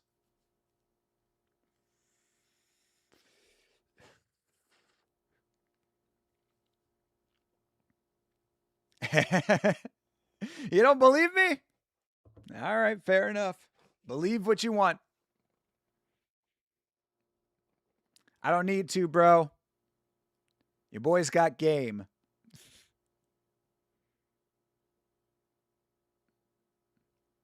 I had a woman give me a rose for the first time on a Hinge the other day. That was a first. I felt so bad because I was not attracted to her, so I didn't want to, I didn't want to lead her on. I'm at that stage where You know, I'm trying to like potentially build a family at some point. I was thinking of doing movie reviews on YouTube. I watch a ton of TV. I think it'd be cool. Brother, YouTube is there for you, man. You see me with my movie collection. I'll be your first guest. How about that? But yeah, if you do it, let me know. Post it in the Discord. I'll watch your videos.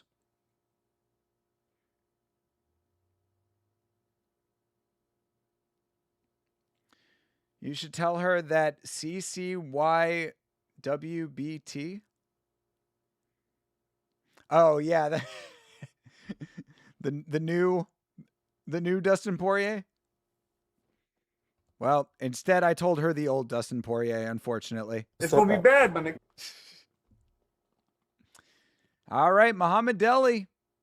Moving on. Chieso with the good encouragement. It costs you nothing but time to try. Exactly. It's very true. Absolutely. I got to get my camera and stuff set up. I want to use my old iPhone. Certainly a fine start. Cheeks clapping, you would be tapping.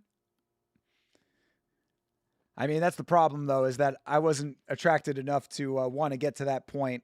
And usually if that's the case, I'm at this stage, man, I'm just like, nah, I really do. I felt terrible about it, too, because I was like, that's so sweet. That really was very flattering. Just for someone to be that level of interested. But I just, for her sake and for my sake, it was the right thing to do. I thought just, not engaging.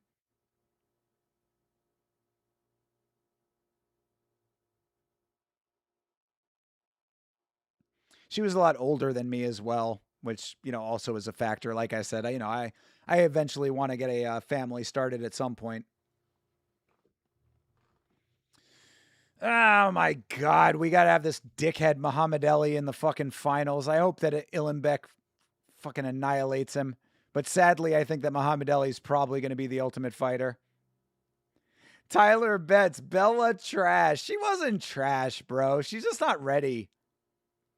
Odds makers suck. That's more accurate, and she has nothing to do with that. So if you're going to be talking shit, talk shit about the terrible odds makers. Don't talk shit about her. She tried her best. She's just not of the caliber yet. She just needs more time. She's never going to be ready? What makes you say that? How do you say that off of that fight? Also, she was fighting a game opponent. Shout out to Alex Adabada or whatever. Apodaca. Always better to follow your head on your shoulders than the one between your legs. I mean, both of them made that decision for me in that instance, but because she can't strike and refuses to learn. She did strike. What are you talking about? She can't strike. She did strike in that fight. She just lost her confidence. That was, I think, the bigger deal. She just lost confidence over the course of the fight. All right. Melissa Amaya with her arm in the sling versus Tina Black in the finals. Cannot fucking wait for that fight. And, of course, our men's bantamweight finals between Ilenbeck and Muhammad Ali. Think we're probably going to get some pushing going on right now.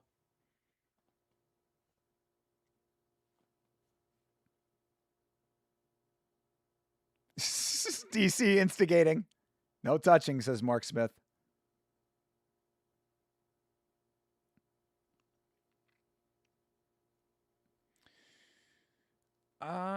Odds are based on the money put in. Has nothing to do with the odds makers after the initial opening odds. Yeah, but she opened at a crazy odd, dude.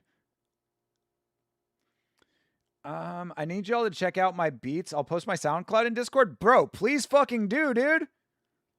I don't know if you knew that I rap, but like, there might be times where I will need beats in the future. If the eventual Money Mitch and Thinker St. James crossover happens, produced by JH, I will definitely listen to your beats, bro. I used to freestyle on stream. That was something I did a long time ago. She did strike, but got pieced up every time she strikes. Not early. She landed a couple of really clean shots early in the fight. She just couldn't keep up the momentum. She's just not seasoned enough. That's what I'm saying. I think that she just needs more time. I'm about to get back into making EDM experimental bass. Dope, bro. Hell yeah, dude. Yeah, man. I used to rap a lot. I had an album that's like 80% done. Just never ended up finishing it. Me and my producer went different directions, but yeah. You make beats too? Well, post them in the Discord, bro. Mir did try so hard, but she isn't ready to go high level. That's all that it is. That's all I'm saying. I mean, I just wouldn't count her out and call her trash off of one fight against a game opponent. Let me know what genre you want or an example, and I can make anything pretty much. Okay, I like it. Good to know. Good to know, man. If I ever decide to start doing music again, which I would like to. I mean, I still write every once in a while. I've got a bunch of unreleased songs, like, a bunch of stuff that like I could record. Oh, well, R.I.P. Gary DeFranco. I agree, Johnny. I said it earlier. That loss is the best thing that could have happened to her. She got a clean loss as far as not getting slimed. Exactly. She made it to the decision. Mir should stay in Fury for a little longer, then come back. Exactly. Like, all I'm saying is don't count her out entirely. Call her trash. I mean, that's what the Contender Series is for. She did not win on the Contender Series, but she'll do fine. She'll be back better than ever. And that is going to bring us to the end of The Ultimate Fighter for the year. That is the end of The Ultimate Fighter for 2026 until we get those finals fights, guys. So I appreciate it. No Chase tonight, unfortunately, but there is going to be more coming out from me. Even if it's a little late, I'm just going to test it out, see how it goes. I'm going to be posting the stream clip. Shout out to Carlos, our editor extraordinaire. Hopefully Carlos is working on the podcast. Please tell me that you are, Carlos. Yeah, we're gonna be getting a clip out after stream tonight. Tomorrow is going to be the free for all. That is one of the most fun shows that we do around here. If you guys are interested in hanging out, chatting with me and Chase, talking about all of the happenings in the world of MMA, plenty of stuff for you tomorrow, Carlos. Of course, appreciate all of your hard work, Carlos. You are doing great, brother. Yeah, the free for all should be tomorrow. Don't know about a guest just yet, but it'll definitely be myself and Chase at the very least. So, we don't know exactly what time we're doing it yet, but probably 10 o'clock p.m. Eastern Standard Time. Come and hang out with us for the free for all. It's, like I said, it's one of my favorite things that we do on the channel. So, free for all will be tomorrow. Thursday is probably going to be a day off, but I might, we'll see if I end up getting some extra content out. Clips are coming out all the time because of Carlos's hard work. So really it's big dubs for Carlos as always on that. Thank you so much, Carlos, for keeping us flush with content, and yamashow.com for all of your merchandise needs. W to all of you. W. Please, UFC, we need good coaches with rivalries. We need good coaches with rivalries and I better not see DC as a coach for the 100th time. Yeah, I know, brother. Hopefully the next season will be a better one than this one as far as that goes, but I wouldn't count on it. They don't care about the Ultimate Fighter because us is the only people watching. We are the only watchers of the Ultimate Fighter at this point, but either way. All right, that's going to do it for tonight, everybody. Again, thank you so much for hanging out with your boy. I really appreciate each and every one of you guys. Make sure to like the stream. It's the homie thing to do. Helps us get out into the algorithm, which seems to hate us for some reason. I don't know why, but one of these days we're going to crack that algorithm, and it's going to be Yama to the moon because of all of you guys. If you've not seen the most recent video that came out on the channel, please watch that. It's a little bit more of a serious topic, but I thought it was pretty quality. We got an editor involved in that one as well. Always more stuff coming out on the channel at all times. So you guys, thank you so much as always. Appreciate you all. Have a great rest of your night, a great rest of your week. See you tomorrow for the free for all. And as always, fight on.